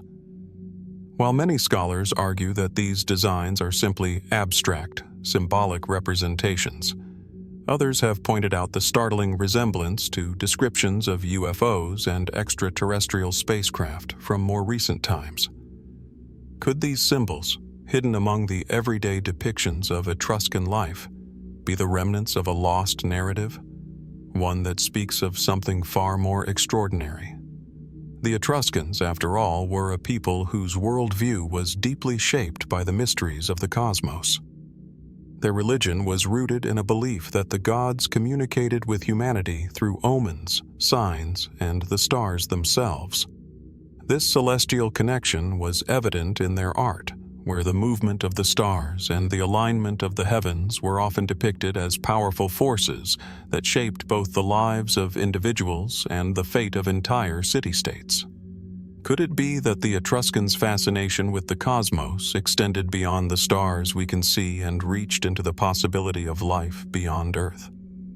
Then there are the Etruscan mirrors, some of which are decorated with highly intricate designs that resemble star maps or celestial constellations. These mirrors were believed to have been used in divination rituals, a method through which the Etruscans sought to interpret the will of the gods. The mirrors, with their reflective surfaces, may have been used to gaze into the heavens. But what if they were also a tool to glimpse something else, something far more alien? The question remains, Were the symbols on these mirrors designed to reflect only the stars? Or could they be depicting something far beyond our known universe? It is also worth noting that the Etruscan language itself, with its unique alphabet and mysterious syntax, has never been fully deciphered. Some have speculated that the complexity of the language, along with its seeming connection to other ancient languages, like those of the Anatolian and Indo-European cultures, may hold clues to a greater cosmic significance. Could the Etruscan language have encoded messages or meanings tied to the stars or extraterrestrial phenomena? Could certain symbols, now long forgotten, be part of an ancient code meant to communicate with other civilizations, perhaps those from beyond our planet? Skeptics argue that the resemblance between Etruscan art and modern depictions of extraterrestrial beings is purely coincidental. The Etruscans, like many ancient cultures, were known for their rich symbolism, which often included exaggerated or stylized representations of gods and divine messengers. The figures with large eyes or strange headgear, they argue, may simply be representations of otherworldly powers in a symbolic, artistic form, a reflection of the mystical and spiritual beliefs that permeated Etruscan culture. After all, ancient peoples were not the only ones fascinated by the stars and the unknown. We, too, are captivated by the vastness of the universe and the possibility of life beyond Earth. However, as we look deeper into the artifacts and symbols left behind by the Etruscans, we must ask ourselves, what if these symbols are more than just artistic flourishes or religious depictions? Could they be messages encoded in the art of a people who, thousands of years ago, had an understanding of the cosmos and the universe that we have only just begun to comprehend? What if the Etruscans were not simply observing the stars, but perhaps receiving knowledge, whether through spiritual insight, advanced observation, or even encounters with extraterrestrial visitors that we can't yet fully understand? As we explore these questions, the mystery of the Etruscan symbolism remains unsolved. The possibility that these ancient peoples were in contact with beings from other worlds is, at the very least, an intriguing theory. Could it be that the Etruscans knew something that we are only now beginning to rediscover? Something about the cosmos, about other civilizations, or even about extraterrestrial life itself? The Etruscan symbols, with their strange shapes, celestial references, and uncanny resemblance to modern depictions of extraterrestrials, continue to provoke thought and wonder. And as we seek answers, we are left with a tantalizing thought. What if the truth is still hidden, waiting to be uncovered, deep within the ancient symbols of the Etruscan world? As the sun sets over the hills of ancient Etruria, the stars above begin to reveal their ancient secrets, vast constellations, some familiar, others unknown, twinkling across the black sky. The Etruscans, a civilization that flourished in the heart of Italy long before the rise of Rome, were known for their deep connection to the cosmos. Their understanding of the heavens was not only a reflection of their religious beliefs, but also a tool to navigate their world, guiding their decisions, their rituals, and perhaps even their very existence. But did the Etruscans discover the stars in a way that was entirely different from the rest of the ancient world? Did they have an insight into the heavens that went beyond traditional observation and into something more mysterious? At the heart of this question lies the tomb of the Tarquinia, one of the richest and most well-preserved Etruscan tombs ever discovered. Inside, vivid frescoes cover the walls, depicting a variety of scenes from daily life and the afterlife. But it is the symbols and patterns scattered throughout these artworks that have left some scholars questioning the Etruscans' true understanding of the stars. Among the images of gods and mythological creatures, certain markings appear to suggest a deeper, perhaps more advanced comprehension of celestial mechanics. These markings don't just depict the constellations we know, but patterns and alignments that seem oddly precise. Alignments that, to modern eyes, hint at a knowledge of the stars far beyond simple observation. What makes these images even more intriguing is the possibility that they represent something non-traditional, an understanding of the stars not rooted in the systems of Greek astronomy or the more practical stargazing of ancient civilizations. Instead, could the Etruscans have had a different method entirely, one that involved not just the eyes but the mind? Perhaps a kind of spiritual or metaphysical connection with the heavens. Could their discovery of the stars have been tied to mystical experiences, altered states of consciousness, or even ritual practices that allowed them to access knowledge beyond what was visible? Some suggest that the Etruscans might have employed a form of divination known as haruspicy, where priests would interpret the patterns of natural phenomena, including celestial occurrences, to foretell the future. Could the Etruscans, through their rituals and their deep spiritual connection to the cosmos, have developed a kind of intuitive or spiritual insight into the stars? While it is known that the Etruscans looked to the heavens for guidance, were they interpreting the stars in a way that transcended physical observation, using them as a channel for higher wisdom? The Etruscan mirrors, delicate bronze objects often etched with intricate depictions of deities and celestial motifs, may provide some clues. One particular mirror, found in the ruins of an Etruscan sanctuary, shows what appears to be an engraving of the night sky. Yet, upon closer inspection, the design doesn't perfectly align with any known constellations. Instead, the symbols are oddly abstract, appearing to float freely across the surface of the mirror in a way that doesn't correspond to any fixed star patterns. Were the Etruscans using these mirrors as tools for seeing the stars in a way that went beyond physical observation? Could these mirrors have been used as instruments for visualizing the heavens during trance-like rituals, allowing those who gazed into them to access hidden knowledge of the cosmos? This idea leads us to ask whether the Etruscans had a different approach to astronomy altogether, one that blended observation with intuition, mysticism, and possibly even altered states of consciousness.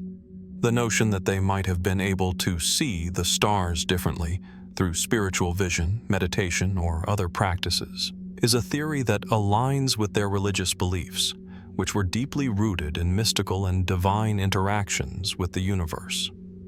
Their sacred texts, which we have only fragmentary knowledge of, might have encoded teachings on how to connect with the cosmos in a way that went beyond the material world. Could they have understood the stars as living entities, perhaps even as guides, waiting to impart their secrets to those who were attuned enough to receive them?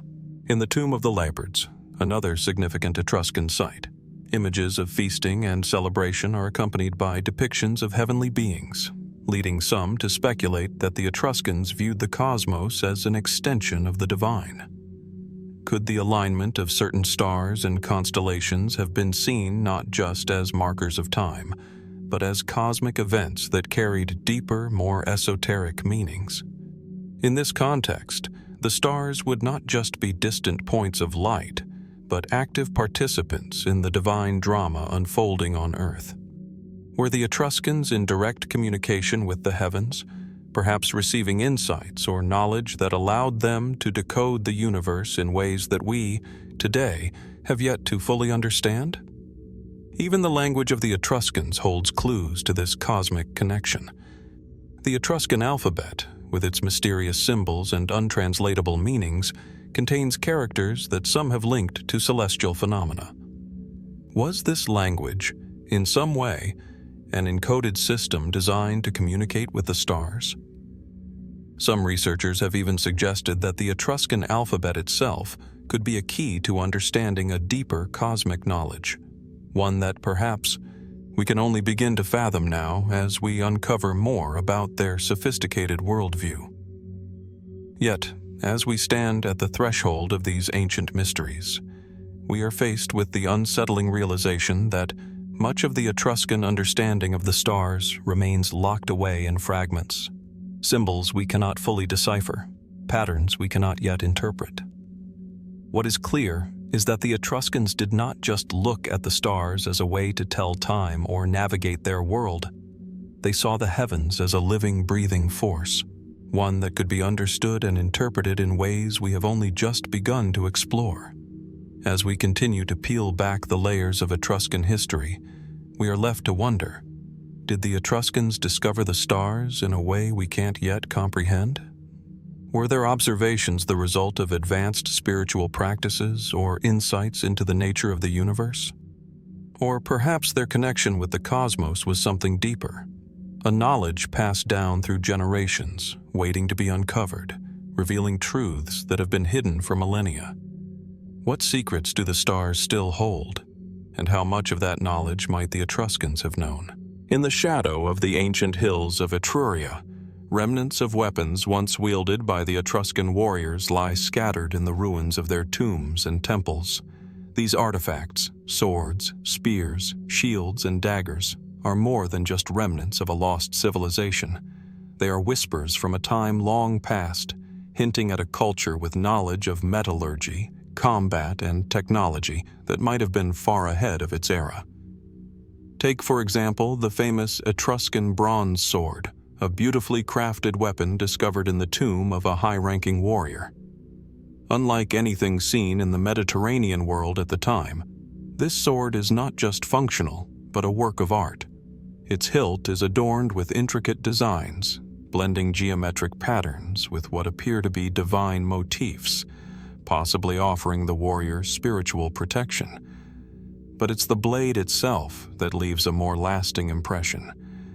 While many ancient cultures relied on relatively simple methods of forging bronze, the Etruscans developed a technique that allowed them to produce a blade with remarkable durability and sharpness. How did the Etruscans, with their relatively limited technological resources, create such advanced weaponry? Some experts suggest that the key to the Etruscan weaponry lay in their mastery of casting techniques. While many ancient civilizations worked with metal, the Etruscans were known for their unique ability to produce weapons that were both aesthetically beautiful and remarkably effective in battle. Their lost wax casting method allowed them to create intricate, finely detailed objects that were both functional and visually striking.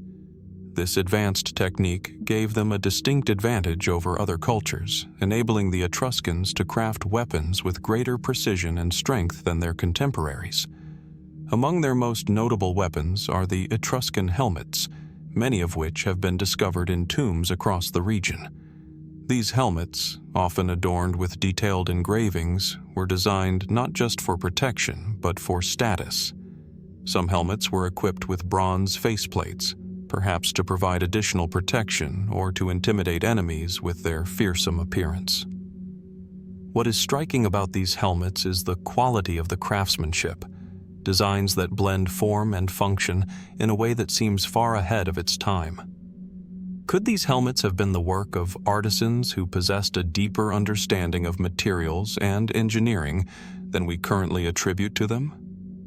But there is more to the story than just fine craftsmanship. The Etruscans were also skilled in the creation of chariots, an essential part of their military might. The Etruscan chariot, unlike those of their Greek and Roman counterparts, was built for speed and maneuverability. With its light frame and precision engineering, the Etruscan chariot allowed warriors to navigate battlefields with extraordinary agility, positioning themselves to strike swiftly and retreat before the enemy could retaliate. Could this tactical advantage have been a result of a unique understanding of mechanical principles? Something that allowed the Etruscans to outpace their rivals on the battlefield? And then there are the Etruscan shields, often embossed with intricate symbols and patterns, designed not only for defense, but also as a statement of identity. The shields were made from a combination of wood and metal, with some even coated in leather. What stands out is their use of lightweight materials, making them easier to maneuver than the heavier shields of other civilizations. Were these shields not just defensive tools, but symbols of a deeper knowledge, perhaps of weight distribution, materials science, and ergonomics, that allowed the Etruscans to hold a strategic advantage over their enemies? The questions continue to grow. Some speculate that the Etruscans had access to lost or forgotten techniques of metallurgy, possibly even contact with distant civilizations or cultures that had already mastered these technologies. It's possible, some suggest, that the Etruscans were influenced by ancient trade routes that connected them with cultures from the east or even beyond the Mediterranean.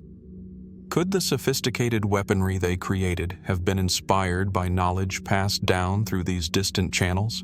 Knowledge that was far more advanced than what was known to their contemporaries? Others have pointed to the possibility that the Etruscans were privy to techniques or resources that were unknown to the rest of the ancient world.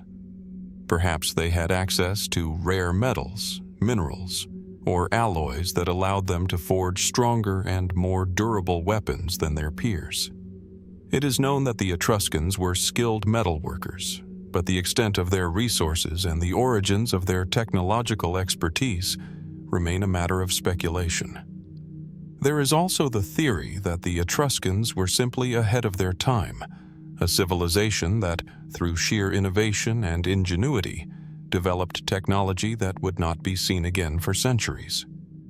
This would place the Etruscans in the same category as other ancient cultures that seem to have possessed knowledge and skills that should have been beyond their reach. Did the Etruscans develop their advanced weapons through a process of trial and error, or was there something more mysterious at play, a source of inspiration or knowledge that has yet to be understood? As we consider the mystery of Etruscan weaponry, one thing is certain. The weapons they left behind were not merely tools of war, but artifacts that tell a deeper story.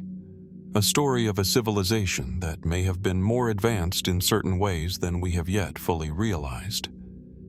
What secrets did the Etruscans know about metallurgy, engineering, and warfare that have been lost to time?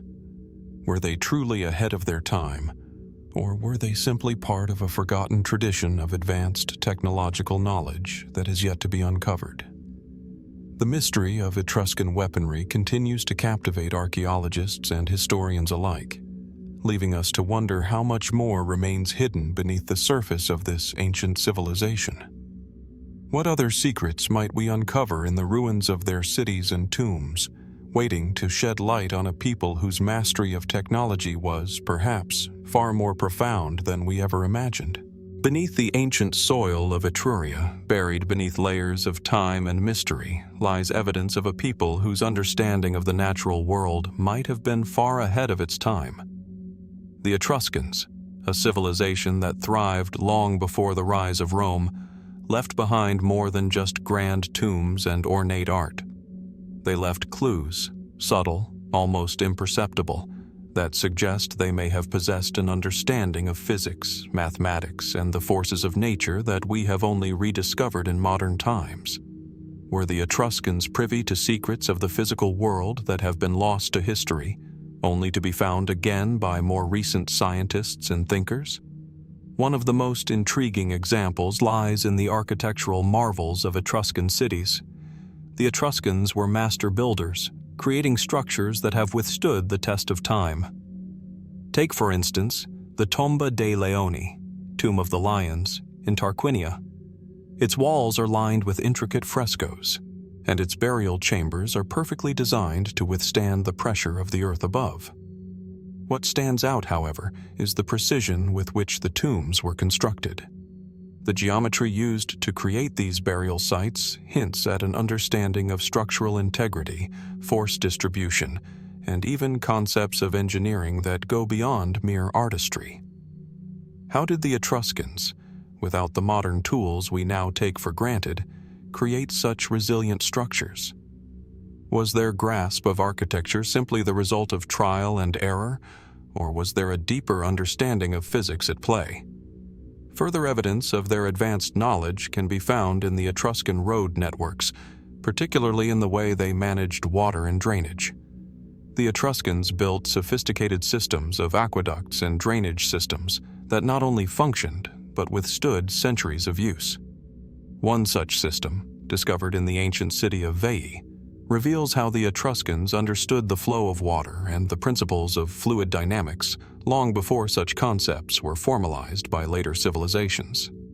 The precision of these systems suggests a detailed comprehension of gravity, pressure, and the way water moves through different mediums, ideas that would only emerge in scientific circles thousands of years later. Even more intriguing are the tools and mechanisms found in Etruscan tombs.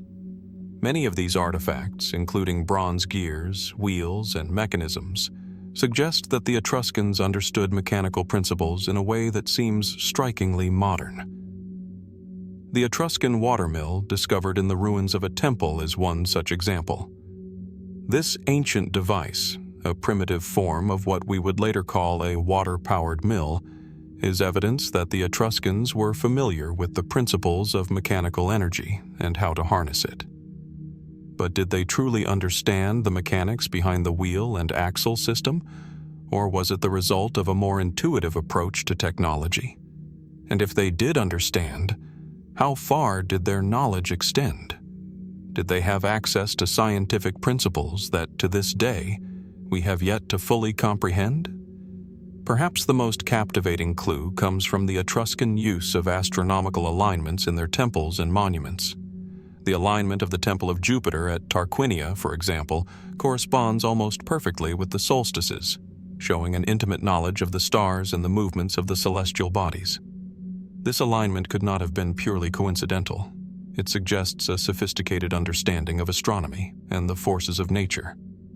But what if this knowledge went beyond simple observation? Could the Etruscans have grasped concepts of the cosmos, ideas related to gravity, motion, and the orbits of the planets that were centuries ahead of their time?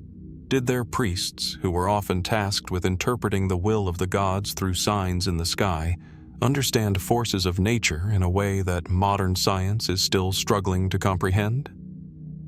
The Etruscans were not alone in their reverence for the heavens, of course. Other ancient cultures, such as the Egyptians and Babylonians, also studied the stars and the natural world in great depth. Yet there is something distinctly Etruscan about their approach, a blend of the mystical and the scientific, the spiritual and the material.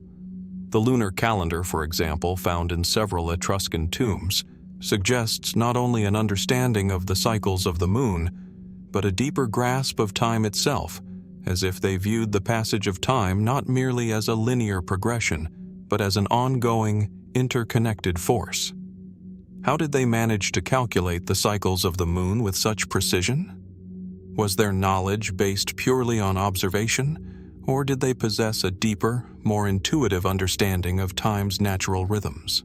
The Etruscans also left behind intricate symbolic systems that seem to reflect a deeper understanding of the forces that govern life. Many of their symbols, such as the sacred mirror, often engraved with complex geometric patterns, could be seen as representations of natural forces, with meanings that remain hidden from modern interpretation. Were these symbols a form of encoding knowledge, a way for the Etruscans to pass on their understanding of physics, energy, and the natural world?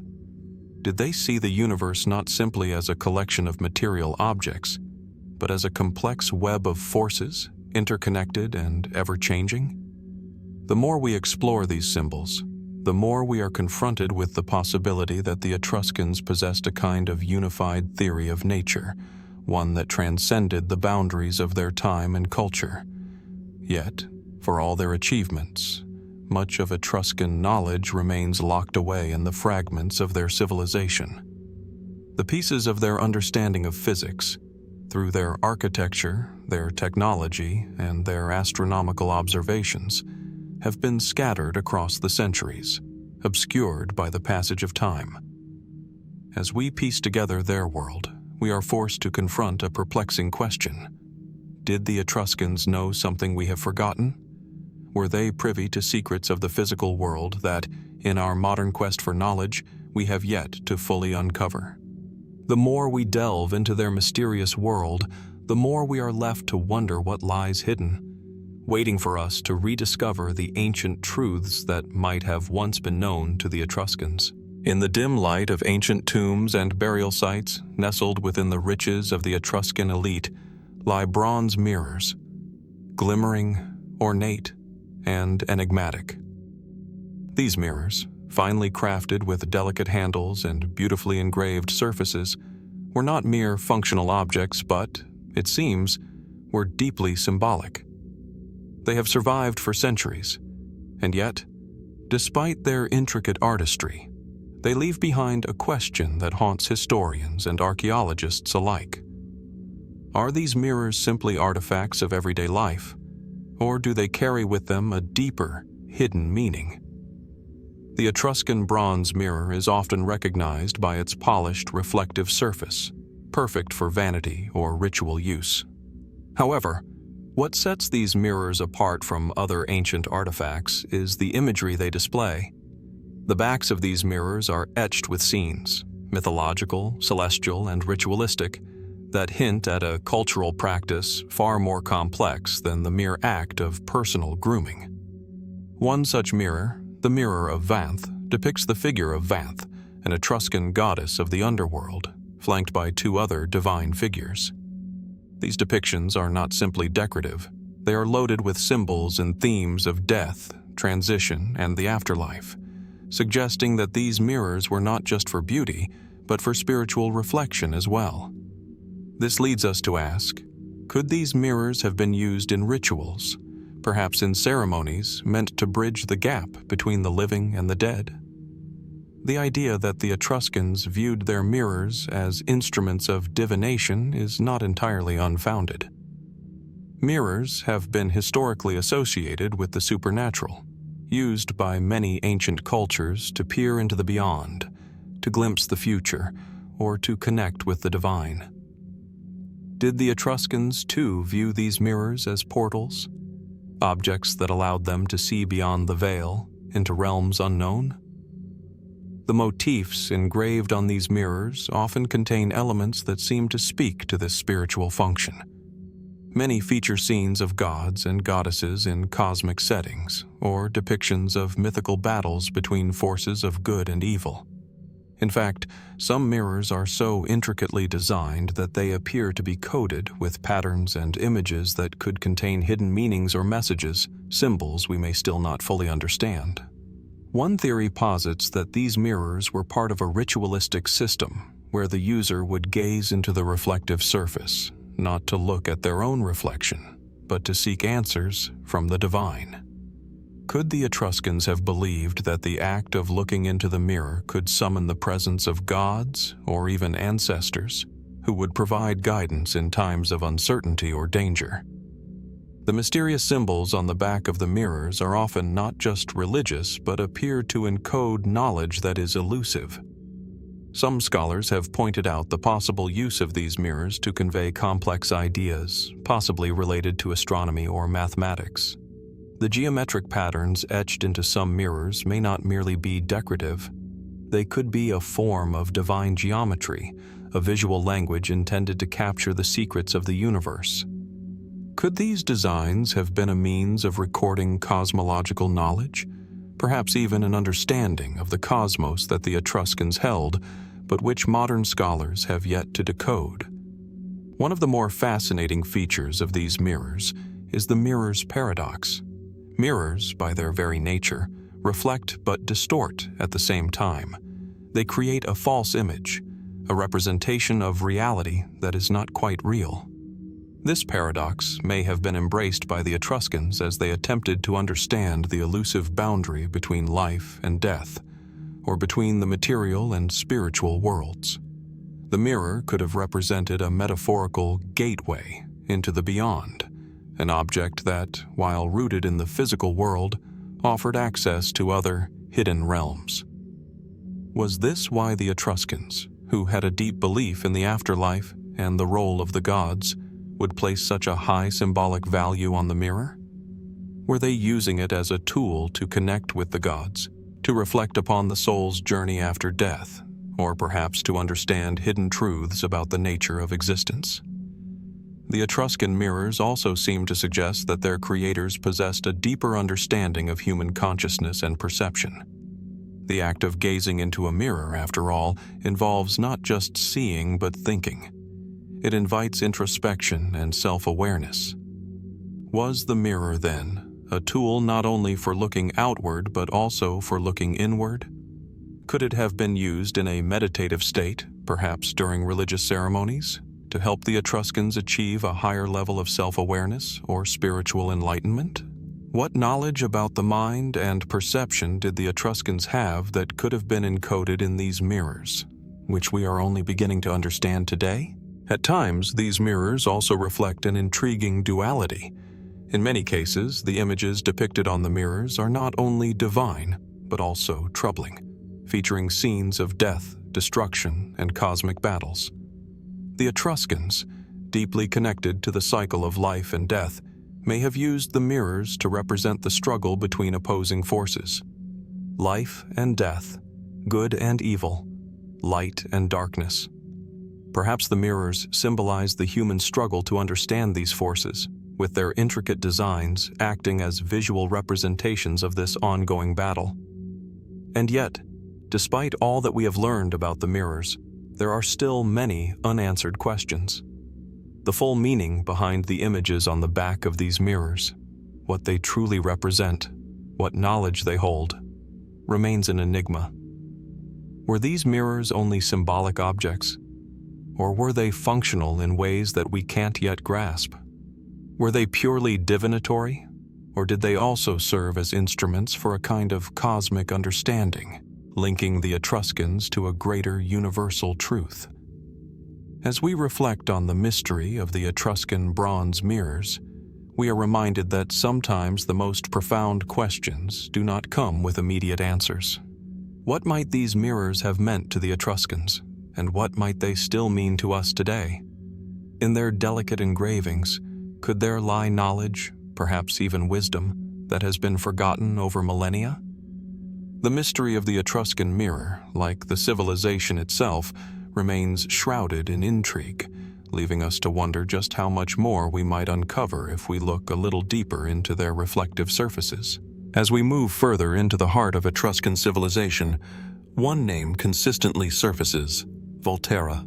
Nestled atop a hill in Tuscany, this ancient city is now a quiet, picturesque town, but its origins are shrouded in mystery, and its history carries whispers of a far more powerful past. Known in antiquity as Velathri, Volterra was one of the principal centers of the Etruscan League, a collection of cities that shared cultural and religious practices. Yet today, much of its once grand influence is obscured, and the city's mysteries remain largely forgotten. The ruins of Volterra speak to a city that was once at the height of its power, a place where the Etruscans might have practiced their sacred rites and conducted their political dealings. Some of the most remarkable features of Volterra include its imposing city walls. Remarkably well preserved, they demonstrate the advanced engineering skills of the Etruscans. These walls, made from massive blocks of stone, were built with such precision that not even a knife blade could fit between them. How did a civilization without the modern tools of precision engineering craft such perfect stonework? Could the Etruscans have known something about construction and geometry that we have yet to fully understand? In the heart of the city, the Etruscan Acropolis once stood, a religious and political center, now an archaeological site. Its remains tell of a time when Volterra was more than a mere settlement. It was a hub of cultural exchange and religious influence. The site has yielded numerous artifacts, including terracotta statues, inscriptions, and jewelry, which shed light on the lives of the elite. Yet, for all of the discoveries made here, there remains a sense that something crucial is still hidden, perhaps in the very ground we walk upon. One of the most perplexing elements of Volterra's history is the lack of definitive records. Unlike other Etruscan cities such as Tarquinia or Veii, Volterra has left behind little in the way of written documentation. This absence of texts raises an unsettling question. What was lost in the sands of time? The Etruscans were known for their skill in writing, using a unique alphabet derived from Greek, yet Volterra's legacy seems to have vanished without a trace. Were there documents, Perhaps records of the city's political or religious affairs that were destroyed or buried? Or did the city's prominence fade so gradually that its written history was never fully recorded in the first place?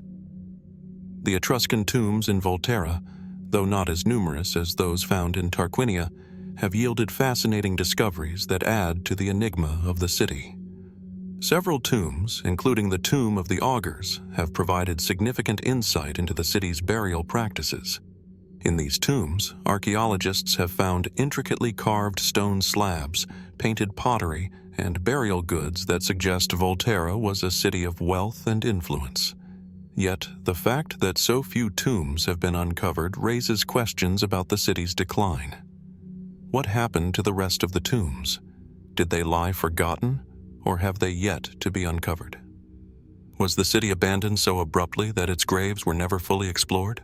A particularly intriguing aspect of Volterra's history is its connection to the Etruscan elite class. Unlike some other Etruscan cities, Volterra appears to have been a center for skilled artisans, particularly in the crafting of bronze and silver work. Volterra's alabaster, a translucent white stone, was highly prized, and the city's workshops produced intricate carvings and sculptures, some of which are displayed in museums around the world today. But was this artistry merely ornamental, or did it serve a deeper function? Some believe that the objects created in Volterra's workshops may have been infused with mystical or symbolic meanings. Could the delicate carvings, perhaps even the materials themselves, have been used in religious rituals? Or were they part of a larger system of communication between the elite and the divine? In addition to the artifacts found in Volterra, there are the Etruscan inscriptions, hundreds of them, scattered across tombs and monuments throughout the city. While many of these inscriptions are still difficult to decipher, they may hold the key to understanding the social and political structure of the city. Some scholars speculate that these writings could contain hidden knowledge about the spiritual beliefs of the Etruscans, possibly even revealing secret rituals or sacred texts that have never been fully understood. Could these inscriptions, written in a language that is still not completely translated, hold the answers to Volterra's mysteries?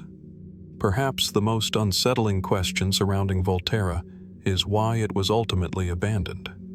The city appears to have been a thriving center of Etruscan life until around the 3rd century BCE, when its influence began to wane. What caused this sudden decline? Some theories suggest that Volterra fell to Roman expansion, as the Romans gradually absorbed the Etruscan cities into their growing empire. Others argue that Volterra's decline was more gradual, caused by internal strife or economic collapse, but there is little definitive evidence to explain why a once prosperous city seemed to fade so quickly. Could there have been forces at work that we cannot fully comprehend, events lost to time that remain forever hidden beneath the layers of earth and stone? The mystery of Volterra is compounded by its long-forgotten status in modern times. While cities like Rome and Florence have received ample attention from historians and archaeologists, Volterra remains a quieter, more elusive enigma. What does the city's relative obscurity tell us about the way history is remembered, or forgotten? Could the secrets of Volterra be preserved in the land itself, waiting for the right moment to be rediscovered? And, more intriguingly, what might these secrets reveal about the true nature of the Etruscan civilization? About a culture that has left us with just enough to wonder, but never enough to know for sure? As we turn the pages of history, we are reminded that many mysteries remain locked away in the ruins of forgotten cities like Volterra. What lies beneath its soil? What stories are waiting to be unearthed? And what truths might still be hidden in the shadows of time? Volterra, like so many other Etruscan cities, remains a tantalizing puzzle, one that may never be fully solved. But in that very mystery, the allure of the Etruscan world endures. The faint hum of time reverberates through the cracked stones and ancient tombs of Etruria, as if the very earth itself whispers the secrets of a once thriving civilization. In the ruins of this long-lost world, one mystery stands out above the rest: the Etruscan language. Though their cities flourished, their customs flourished, and their art told stories that have survived millennia, their words remain largely undeciphered. The Etruscan language, a script that once held the key to their culture, their politics, and their very identity, now lies hidden like a cipher waiting to be cracked. But is there more to these ancient inscriptions than meets the eye?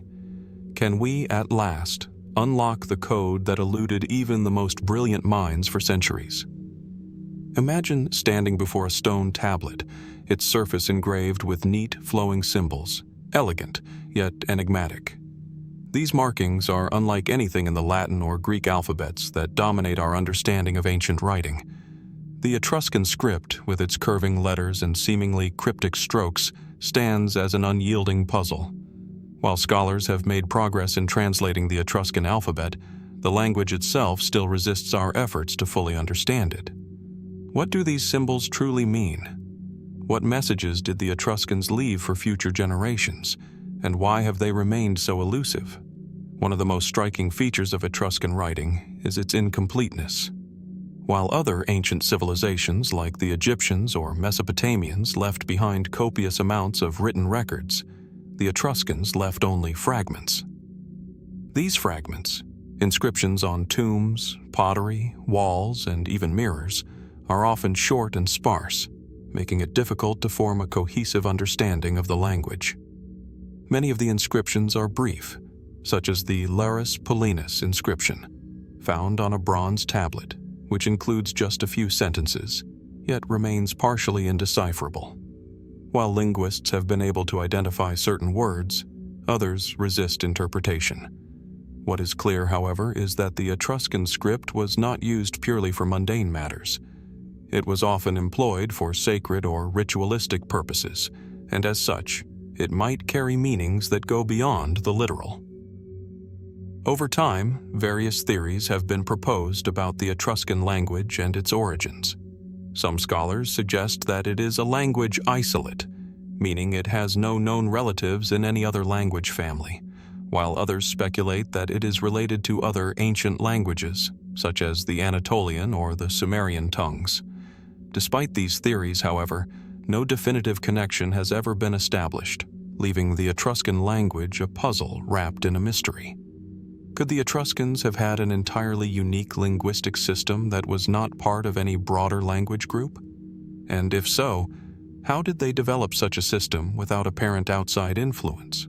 Or is it possible that, like many lost languages, it holds keys to relationships with other, now forgotten cultures? But the Etruscan script is not the only mystery that surrounds their written records. It is not simply the words themselves that elude us, but the meanings encoded within them. Many of the inscriptions are deeply symbolic, suggesting that the Etruscans may have used their language not just to communicate, but to record their spiritual beliefs, ritual practices, and cultural codes, messages that may have been meant only for the initiated. Some of these inscriptions are found in places of power, on the walls of temples, inside sacred tombs, and even on objects used in religious ceremonies. These suggest that the Etruscans may have had a complex system of symbolism, one that intertwined their understanding of the material world with the divine. Were these inscriptions part of an ancient code meant to be understood only by select members of society, priests, diviners, or elites who held the keys to interpreting the sacred language? In the Tomb of the Augurs in Tarquinia, for example, archaeologists uncovered not just painted frescoes, but also an inscription that seems to relate to a specific ritual practice. The symbols depicted in the frescoes were interpreted as part of a religious ceremony, perhaps involving the worship of gods or the passage of souls into the afterlife. But the presence of written words alongside these images raises an intriguing possibility. Could these words be incantations or prayers, encoded in such a way that only certain individuals could understand their true meaning. Was the Etruscan language itself a sacred code, a key to unlocking deeper spiritual knowledge? Another example comes from the bronze liver of Piacenza, a small, intricately detailed model of a liver that was used by the Etruscans in their divinatory practices. The liver, cast in bronze and inscribed with symbols, was believed to be a map of the heavens, guiding the Etruscan soothsayers in their interpretations of the signs and omens presented by the gods. While the liver is fascinating in itself as a physical object, it is the inscriptions, the symbols that accompany it, that raise the most questions. These marks do not only serve as markers on a model, but may have represented a system of cosmic knowledge, a secret language or divine code that connected the Etruscans to the forces of nature and the divine. And then there is the Etruscan calendar, an artifact whose symbols continue to baffle scholars. The calendar, found in the city of Tarquinia, records the cycles of the moon and the positioning of the stars.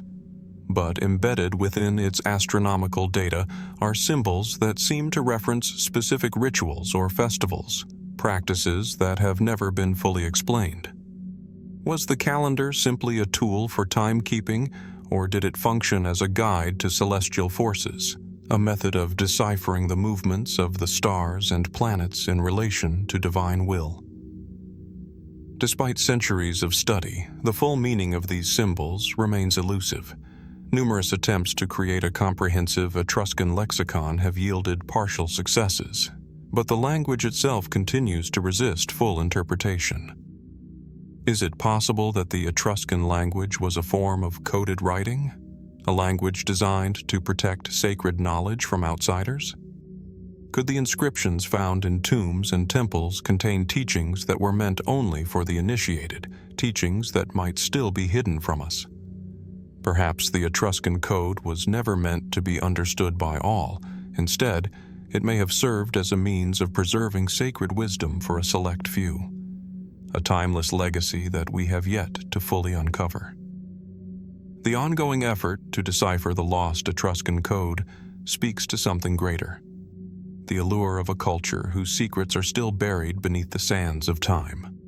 What knowledge lies hidden in these inscriptions, and could there be a deeper connection between the Etruscan language and the mystical practices that surrounded their civilization? Could the Etruscans have encoded their understanding of the world, of the divine, the natural world, and the cosmos into their language in such a way that we are still unable to grasp it? The more we uncover, the more we are reminded that not all mysteries are meant to be solved. Yet, as we continue to search, to decipher, and to ponder the significance of these ancient symbols, the question remains: what if the true key to understanding the Etruscan civilization lies hidden within these cryptic messages? And if we are able to unlock this ancient code, what might we discover about the Etruscans and about the very nature of human knowledge that has remained concealed for thousands of years? Beneath the sun-drenched hills of Tarquinia, one of the most significant archaeological sites of the ancient Etruscan world, lies a tomb unlike any other, the Lunar tomb.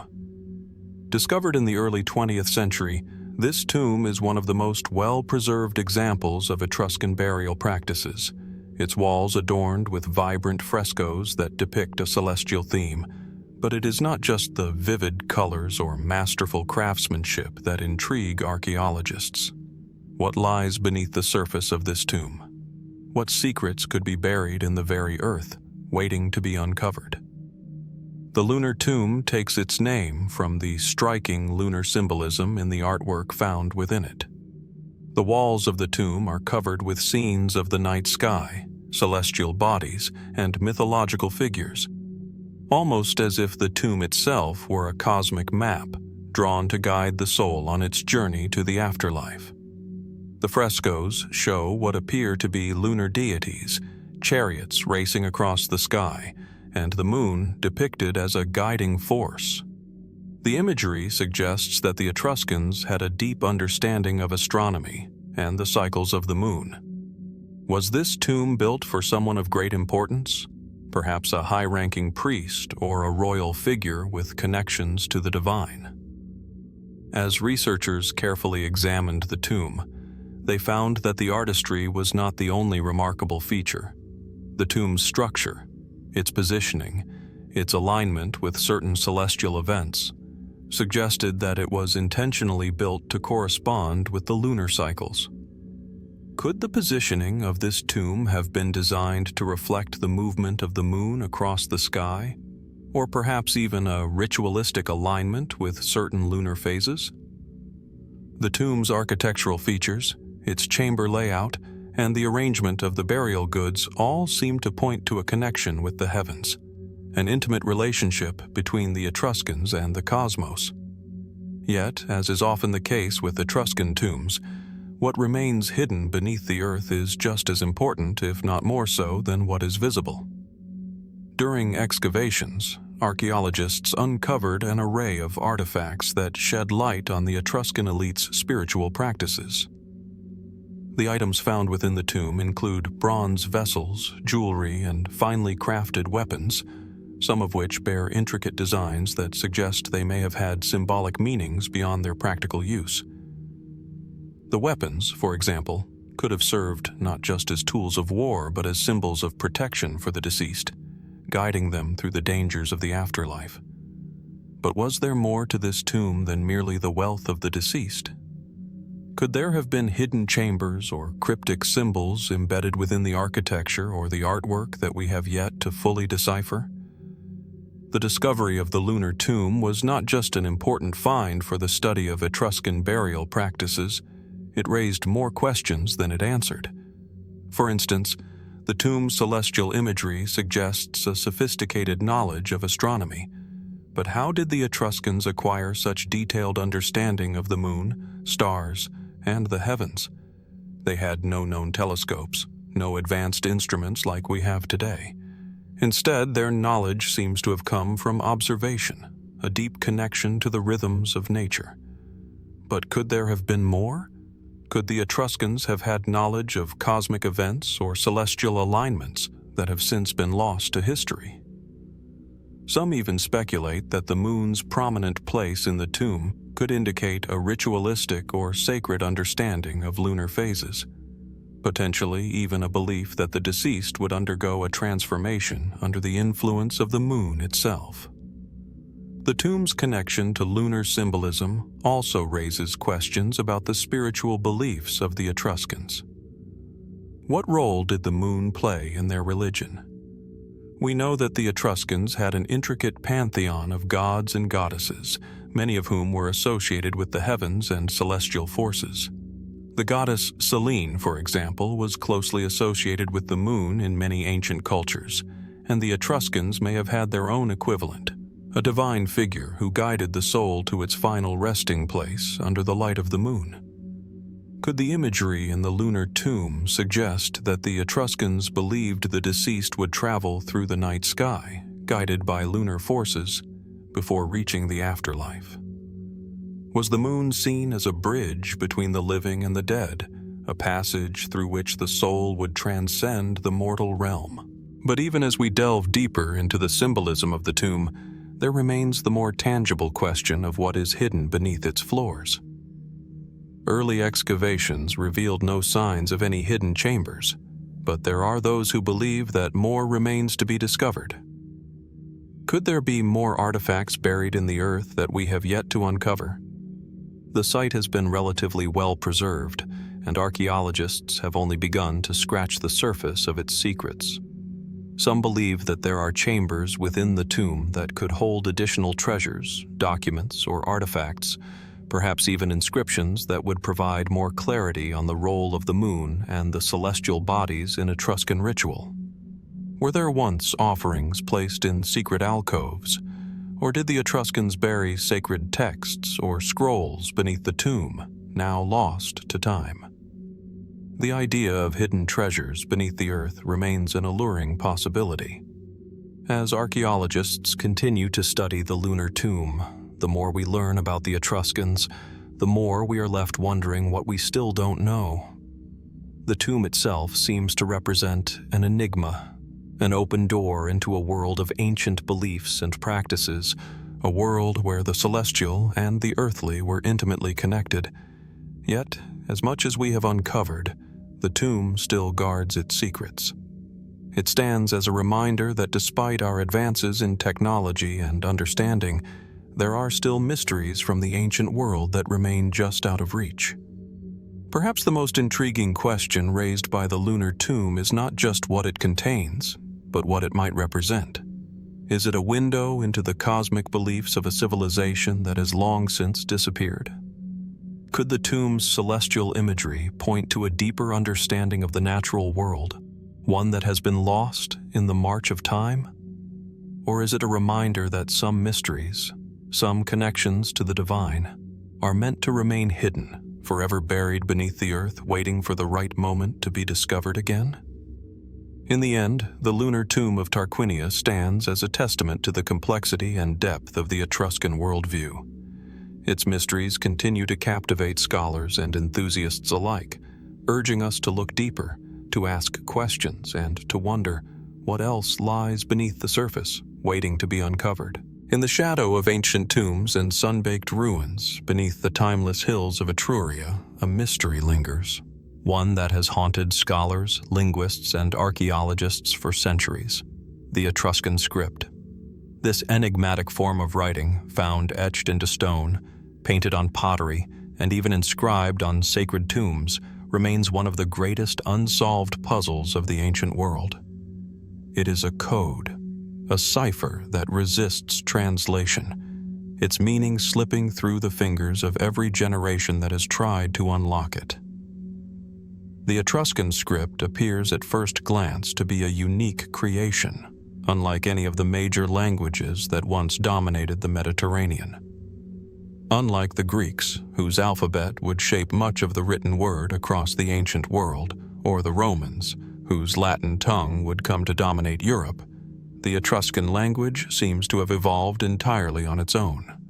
Its symbols, graceful and curved, are often arranged in neat rows on stone monuments, tombs, and statues, yet the meaning behind them is still largely speculative.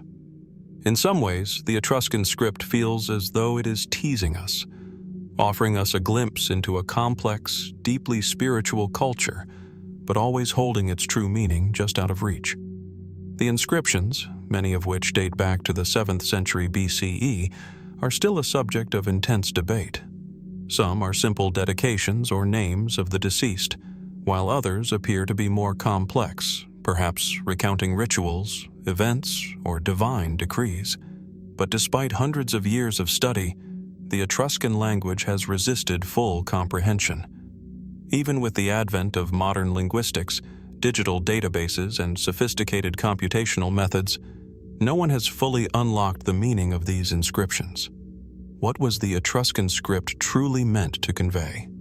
Was it simply a functional means of communication, or was it something more profound, an embodiment of their worldview, their spiritual practices, or even a hidden code? One of the most intriguing aspects of the Etruscan script is its isolation. Scholars have long debated whether it belongs to a larger language family or is a language isolate, a unique, independent system with no direct connections to other known languages. While the Greek alphabet certainly influenced the development of the Etruscan script, it is distinct enough to suggest that it was not simply an offshoot of Greek or Latin. Some have even gone so far as to suggest that the Etruscan language could have links to other ancient languages, such as the Anatolian, or even the mysterious Sumerian language of Mesopotamia. However, despite these tantalizing possibilities, no conclusive evidence has ever been found to connect the Etruscan language with any of its ancient neighbors. Adding to the complexity is the fact that the Etruscan script was primarily used for religious and ceremonial purposes, often on tombs, inscriptions, and ritual objects. As such, these texts are often short, fragmented, and sometimes appear to be symbolic in nature. This has made the task of translation even more difficult. Many of the inscriptions seem to be ritualistic prayers or invocations to the gods, which may not follow conventional grammatical structures or even logic as we understand it today. The Piacenza liver, a bronze model of a liver used in divination, is a case in point. Its inscriptions appear to be a mix of astronomical and ritualistic symbols, offering little clarity to modern eyes. Is it possible that these inscriptions weren't just records of everyday life, but held deeper, more mystical meanings? Some theorists have suggested that the Etruscan script could be more than just a means of communication. Perhaps it was part of an ancient spiritual code. Could the Etruscan language be a sacred tongue, one used only by the elite or the priesthood to transmit knowledge of the divine and the unseen world? Were these symbols and letters designed not only to record history, but also to protect and encode secret knowledge?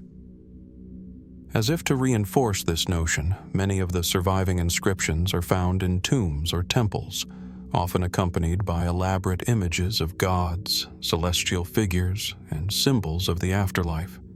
Some have even speculated that the Etruscan script was designed to bridge the earthly and divine realms. Was this script the key to communicating with the gods? A mystical language that was not meant to be understood by the common people? The fact that only a small fraction of Etruscan texts have been preserved, and that many of these texts appear to be encoded with layers of meaning, adds a layer of mystique to this ancient writing system.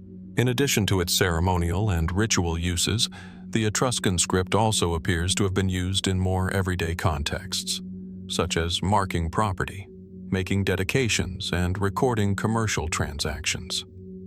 These inscriptions are often shorter and more direct, suggesting that the script was versatile and adaptable. But again, the difficulty in translating these common inscriptions points to something more complex.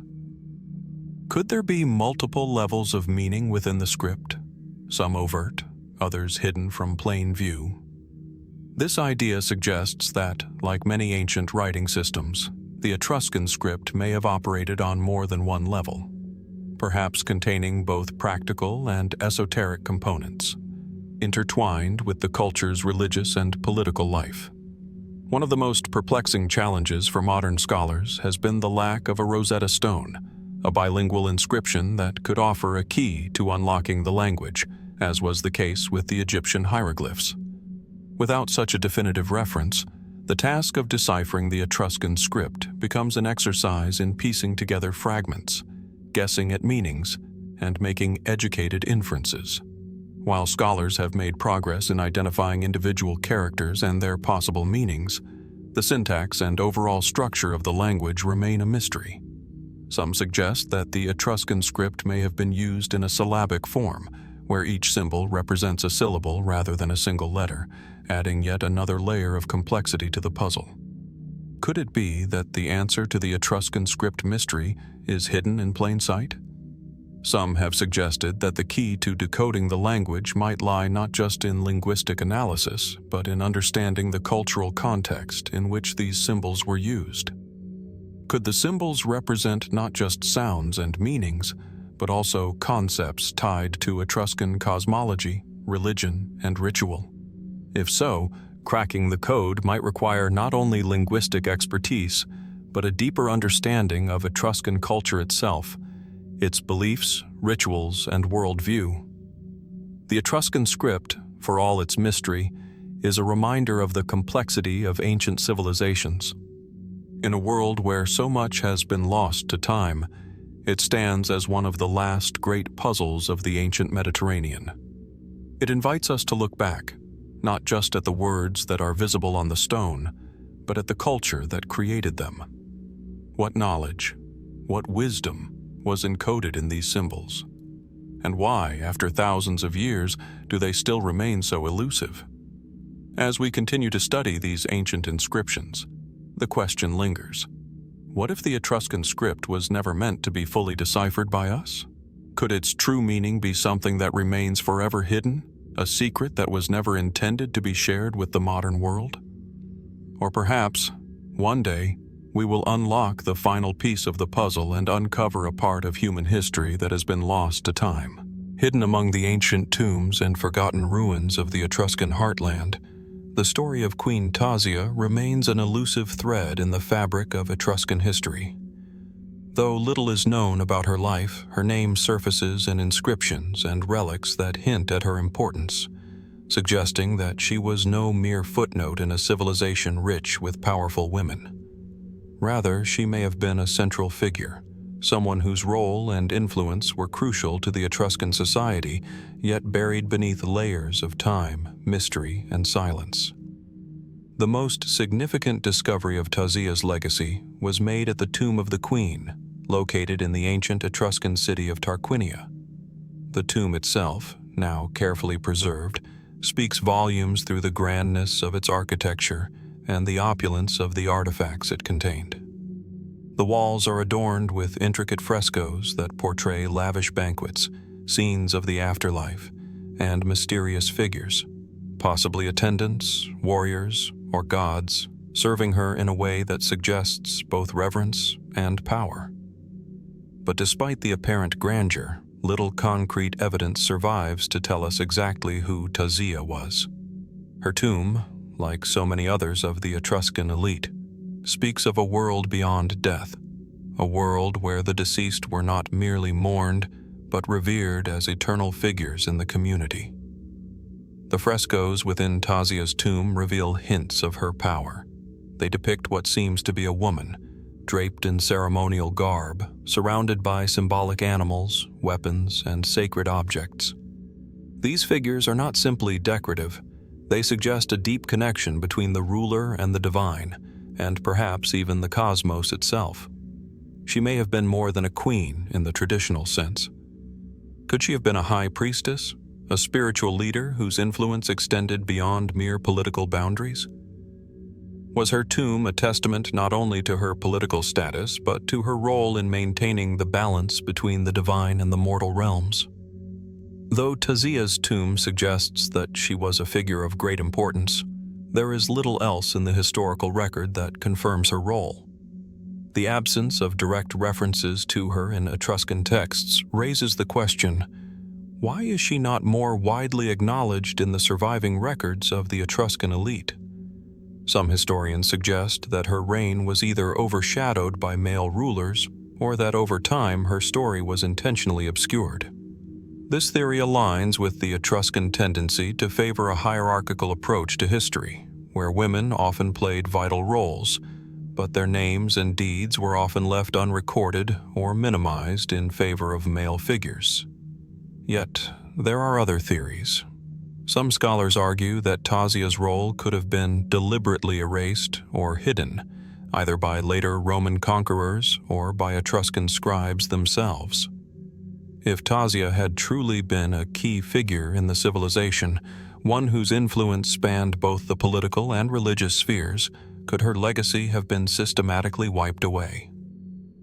The rise of Roman power in the region and the eventual absorption of Etruscan cities into the Roman Republic could have been a factor in suppressing certain historical figures and events. In this context, the mystery of Tasia could be part of a larger historical trend, one in which the Etruscan people, their leaders, and their sacred rituals were either absorbed or forgotten, their knowledge and influence diminished by time and conquest. Further complicating this mystery is the fact that no written records directly attribute any specific deeds to Tasia. While the frescoes provide some visual context, the absence of accompanying inscriptions or detailed historical accounts makes it impossible to definitively say what role she played in the political or religious structure of Etruscan society. Could the lack of written records suggest that her influence was of a more spiritual or esoteric nature, not easily understood or captured in the conventional histories of the time? Could she have been a ruler whose power was more symbolic, one who wielded influence through spiritual means rather than political or military might? Some researchers suggest that Tasia may have been the wife of a powerful king or a ruler in her own right, but there is little evidence to suggest that she was married to any known Etruscan king. If she were a queen consort, her prominence would likely have been noted in the annals of her husband's reign. This absence of detailed records has led some to speculate that Tasia may have ruled independently. Was she a regent in her own right, with authority over the land, or was she part of a broader matriarchal system where women held significant sway within the culture's ruling elite? The objects found within her tomb also offer tantalizing clues to her identity. Among the luxurious grave goods were ornate bronze mirrors, finely crafted jewelry, and weapons, items that not only speak to her high status but also suggest a connection to the divine. These objects were placed in the tomb not just for their aesthetic value but for their symbolic meaning, likely meant to accompany her in the afterlife, ensuring her protection and power as she passed into eternity. The mirrors, in particular, may hold significance beyond their decorative function, as many ancient cultures believed that mirrors held the power to reflect the soul, allowing the deceased to continue their journey in the afterlife.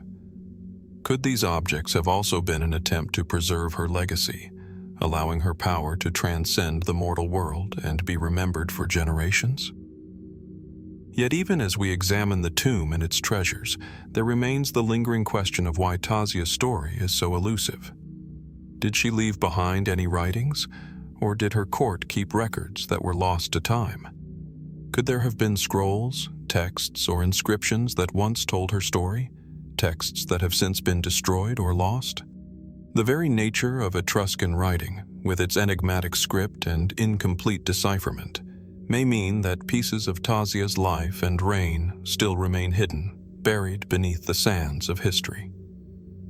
The absence of concrete information about Tasia's life leaves us with more questions than answers. Was she truly a key figure in the political and religious life of Etruria? Or was she simply a symbolic figurehead whose influence has been misunderstood or forgotten? Could her story be the missing piece of the puzzle, the key that would unlock a deeper understanding of Etruscan society and its complex system of rule and belief? As we continue to explore the mysteries of the Etruscans, one thing becomes clear. The figure of Queen Tasia may hold the key to understanding a lost world, one that was rich in spiritual and political complexity, but remains veiled in shadow. Her story, whether fully understood or forever obscured, invites us to consider how much of Etruscan history still lies hidden beneath the surface, waiting to be unearthed. The questions surrounding her legacy persist, urging us to delve deeper, to look closer, and to wonder what remains of her enigmatic influence in the vastness of time. Beneath the dust of ancient Etruscan ruins lies an object that may offer more than just a glimpse into the Etruscan world. It may hold the key to unlocking a long-buried secret. The Etruscan chariot, with its elegant yet formidable design, is one of the most evocative symbols of the civilization. Its intricate craftsmanship, seen in the few remaining examples of chariots and their depictions, tells of a people who valued both beauty and utility, but also a deeper connection to ritual and warfare. The chariot was not merely a mode of transportation in Etruscan society. It was a symbol of power, a tool of the elite, and, perhaps, a sacred object tied to the gods themselves. Some of the most stunning artifacts come from tombs in the Etruscan necropolis of Tarquinia, where chariot models have been discovered, decorated with elaborate designs that suggest their role was more than just functional. The carvings on the wooden frames, the golden accents, and the carefully forged bronze parts hint at a level of artistry and craftsmanship that goes far beyond practical use. These chariots were not simply designed to carry warriors or aristocrats.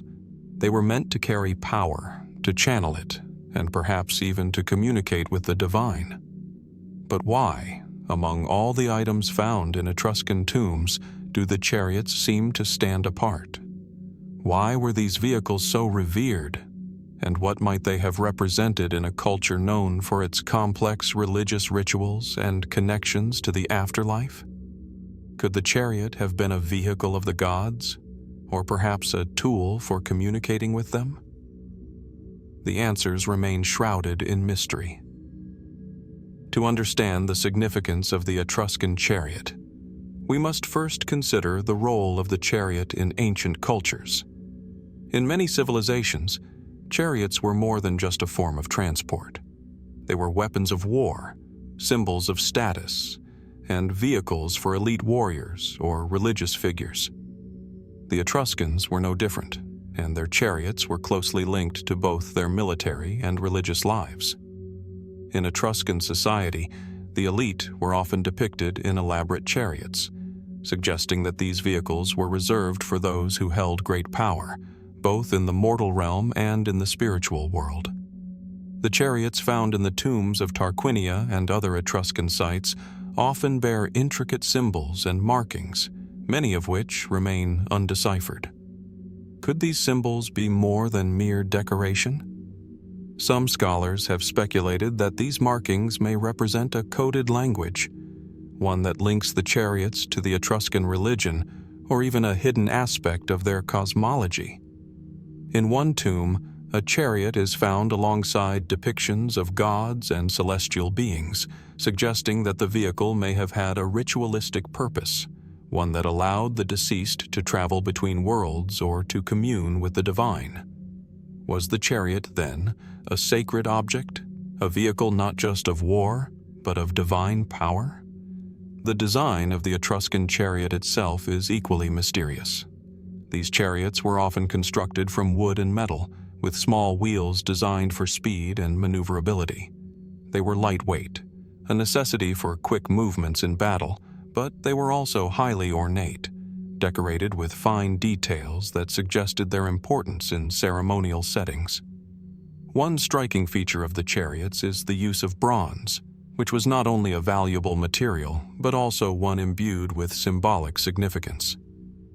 In Etruscan culture, bronze was associated with both power and protection, properties that would have been ideal for a tool used in battle or in religious rites. Could the chariot's design have been intended to channel energy, both physical and spiritual, in ways that we do not yet fully understand? As we delve deeper into the mystery of the Etruscan chariot, we must also consider its connection to Etruscan warfare. The Etruscans were formidable warriors, and their chariots were likely used in battle, providing swift and efficient transportation for their elite fighters. The role of chariots in warfare was well documented in ancient cultures, where they were used to carry soldiers into battle or as mobile platforms for archers. The Etruscan chariot, with its intricate design, may have had a similar function, enabling elite warriors to maneuver quickly on the battlefield. But was the chariot's role limited to warfare, or was it also a tool for invoking divine favor or ensuring victory? Could the chariot have been part of a larger ritual, one that fused military prowess with spiritual significance? What is perhaps most fascinating about the Etruscan chariot is its potential connection to celestial phenomena. The Etruscans were known for their keen interest in the stars and the heavens, and many of their religious practices were tied to celestial events. Could the chariot have been part of a ritual that aligned with the stars or the movements of the planets? Some scholars suggest that the chariot may have been used in astral rituals, where the elite would use the vehicle as a symbolic means of traveling through the heavens, following the path of the stars as a way of communicating with the gods. The chariot's role in the Etruscan afterlife may have been one of spiritual passage, allowing the deceased to journey through the stars on their way to the afterlife. The idea that the chariot could have played a role in these celestial rituals brings us to an intriguing possibility. Could the Etruscans have possessed knowledge of the stars or astronomical phenomena that has been lost to history? The Etruscans were known for their skill in divination, and their priests, known as haruspices, studied the entrails of animals, the patterns of lightning, and other omens to gain insight into the future. Could they have also had an advanced understanding of the heavens, one that allowed them to align their rituals and even their chariot rides with the stars? This raises even more questions. Did the Etruscan chariot serve a dual purpose, functioning as both a military tool and a sacred vessel? Was its role in warfare intertwined with its use in religious rituals? And if so, how did these two functions coexist? The mystery of the Etruscan chariot may lie in its ability to bridge these two realms, both earthly and divine, military and spiritual. Could the chariot, with its carefully crafted design and celestial symbolism, have held the key to a lost Etruscan secret? A secret that combined the power of the stars with the might of the warriors who rode them? As we continue to unravel the mysteries of the Etruscan civilization, the chariot stands as a symbol of both power and mystery. Its design, its connection to the stars, and its role in both warfare and ritual suggest a culture that understood the intersection of the earthly and the divine. Yet, much remains unknown about the full significance of the Etruscan chariot. Was it simply a mode of transport, or did it hold the key to unlocking ancient knowledge that we may still be only beginning to understand? As we move forward in our exploration of the Etruscan world, one question lingers. What secrets are still waiting to be discovered in the remnants of these chariots? And what might they reveal about the lost knowledge of the Etruscans? The journey to uncover the truth about the Etruscan chariot is only just beginning. As we continue our journey through the enigmatic world of the Etruscans, we arrive at one of their most intriguing relics, the Etruscan mother statue. This imposing figure, thought to represent a powerful matron of the Etruscan pantheon, stands as a silent sentinel of a civilization lost to time. Unearthed in the ruins of Veii, the statue is a depiction of a woman in a posture both regal and maternal, her gaze serene, yet distant, as if pondering a secret buried in the depths of time. The statue, carved from stone with intricate details, portrays the figure of a woman with outstretched arms, her hands positioned as though she is cradling something invisible, a child, or perhaps an offering. She wears a headdress, indicative of some ceremonial or divine role, her attire marked with symbolic patterns that evoke both strength and fertility. Yet, despite the clarity of her form, much about the statue remains a mystery. What did the Etruscans intend to communicate with this figure? Was she a goddess, a matron of fertility, or perhaps a symbol of a more complex cosmic balance? The uncertainty surrounding her identity is compounded by the ambiguity of the symbols adorning her. These markings, often considered mystical or symbolic, seem to speak of a worldview that embraced a deep connection between the human and the divine, between the living and the afterlife. Yet, their exact meaning is still elusive. Could they be encoded messages from a civilization that we still fail to fully understand? Theories abound about the statue's purpose, and each one pulls us deeper into the realm of the unknown. One prevalent interpretation suggests that the mother statue represents a fertility goddess, a deity of life and death, whose influence permeated the Etruscan world. This theory aligns with the Etruscans' known reverence for the forces of nature and the cycle of life. Fertility was a crucial aspect of their religious rituals, and statues such as this one were often believed to be vessels of divine power, channeling blessings to those who sought favor from the gods. But why was the statue's position so deliberately composed? Why does her posture suggest that she is holding something unseen, a suggestion that resonates with mystery? It could be that the absence of an object in her hands, whether it be a child, a ritual offering, or a symbolic gesture, was intentional. Perhaps it was meant to convey the idea of potentiality, the act of giving life or offering something to the gods. Alternatively, the emptiness in her hands could have been intended to signify a divine absence, a link to the unseen or the unknowable, reinforcing the mysterious, ever-present tension between the mortal world and the divine. To truly grasp the implications of the mother statue, we must also consider the context in which it was found. The city of Veii, a major Etruscan center, has long been a site of intrigue, its ruins steeped in both historical and mythical significance. Ancient texts tell of Veii's prosperous years. its eventual downfall, and its connection to both divine and human struggles. Could this statue have been an object of worship, used in rituals to appease gods who governed the very forces of life and death? Or could it have served a more profound purpose, one that transcends the religious and touches upon the philosophical and cosmological? Adding to the mystery is the possibility that the mother statue was not merely a representation of a goddess, but a figure that held the key to understanding Etruscan concepts of power, protection, and transformation. Many ancient cultures, including the Etruscans, believed that deities took on physical forms through objects like statues, imbuing them with power to affect the lives of those who encountered them. Could the mother statue have been an instrument of spiritual communication, a way for the Etruscans to invoke divine protection or blessings? Some scholars suggest that the figure is not simply a goddess, but a representation of a specific Etruscan myth, perhaps one that was tied to the cycle of life, death, and rebirth.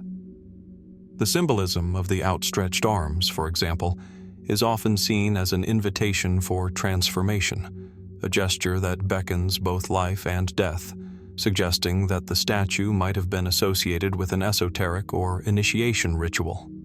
Was this statue connected to secret knowledge or hidden rites within Etruscan society, rituals designed to mark the transition between life and death, or even to facilitate communication with the afterlife?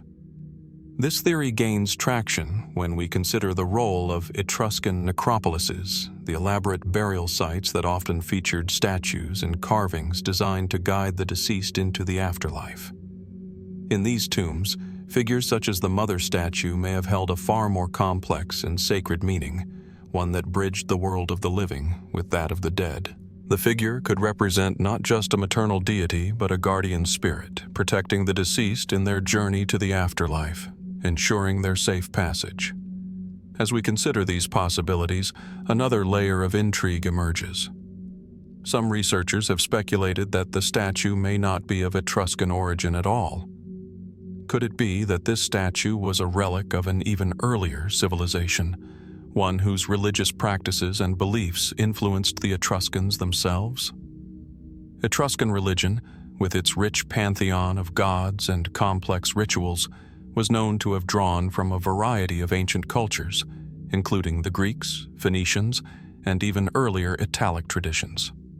If the mother statue was indeed inspired by a predecessor civilization, what does that suggest about the continuity of religious thought in the ancient Mediterranean? Despite these theories, the mother statue, like so many artifacts of the Etruscans, remains a mystery. Its true purpose, its place in Etruscan society, and the full meaning of the symbols carved into it are still open questions. Was it merely a goddess of fertility, or does it carry a far deeper message, one that speaks to hidden knowledge, forgotten rituals, or even the cosmic order itself? Perhaps the greatest mystery of all is not just what the statue represents, but why it remains so cryptic. Could the mother statue be a message that we have yet to decipher? A message designed to endure through the centuries, waiting for us to unlock its meaning? And if we do manage to decode it, what secrets will we uncover about the Etruscan worldview, and perhaps our own? As we continue to explore the Etruscan world, the mother statue invites us to reflect on the nature of ancient mysteries, the wisdom and knowledge that may have been lost, and the ways in which the past continues to speak to us, silently, through the artifacts it has left behind. The mystery of the mother statue remains unsolved, but the question it poses is as relevant today as it ever was. What messages have the Etruscans left for us, and what might we still have to learn from them?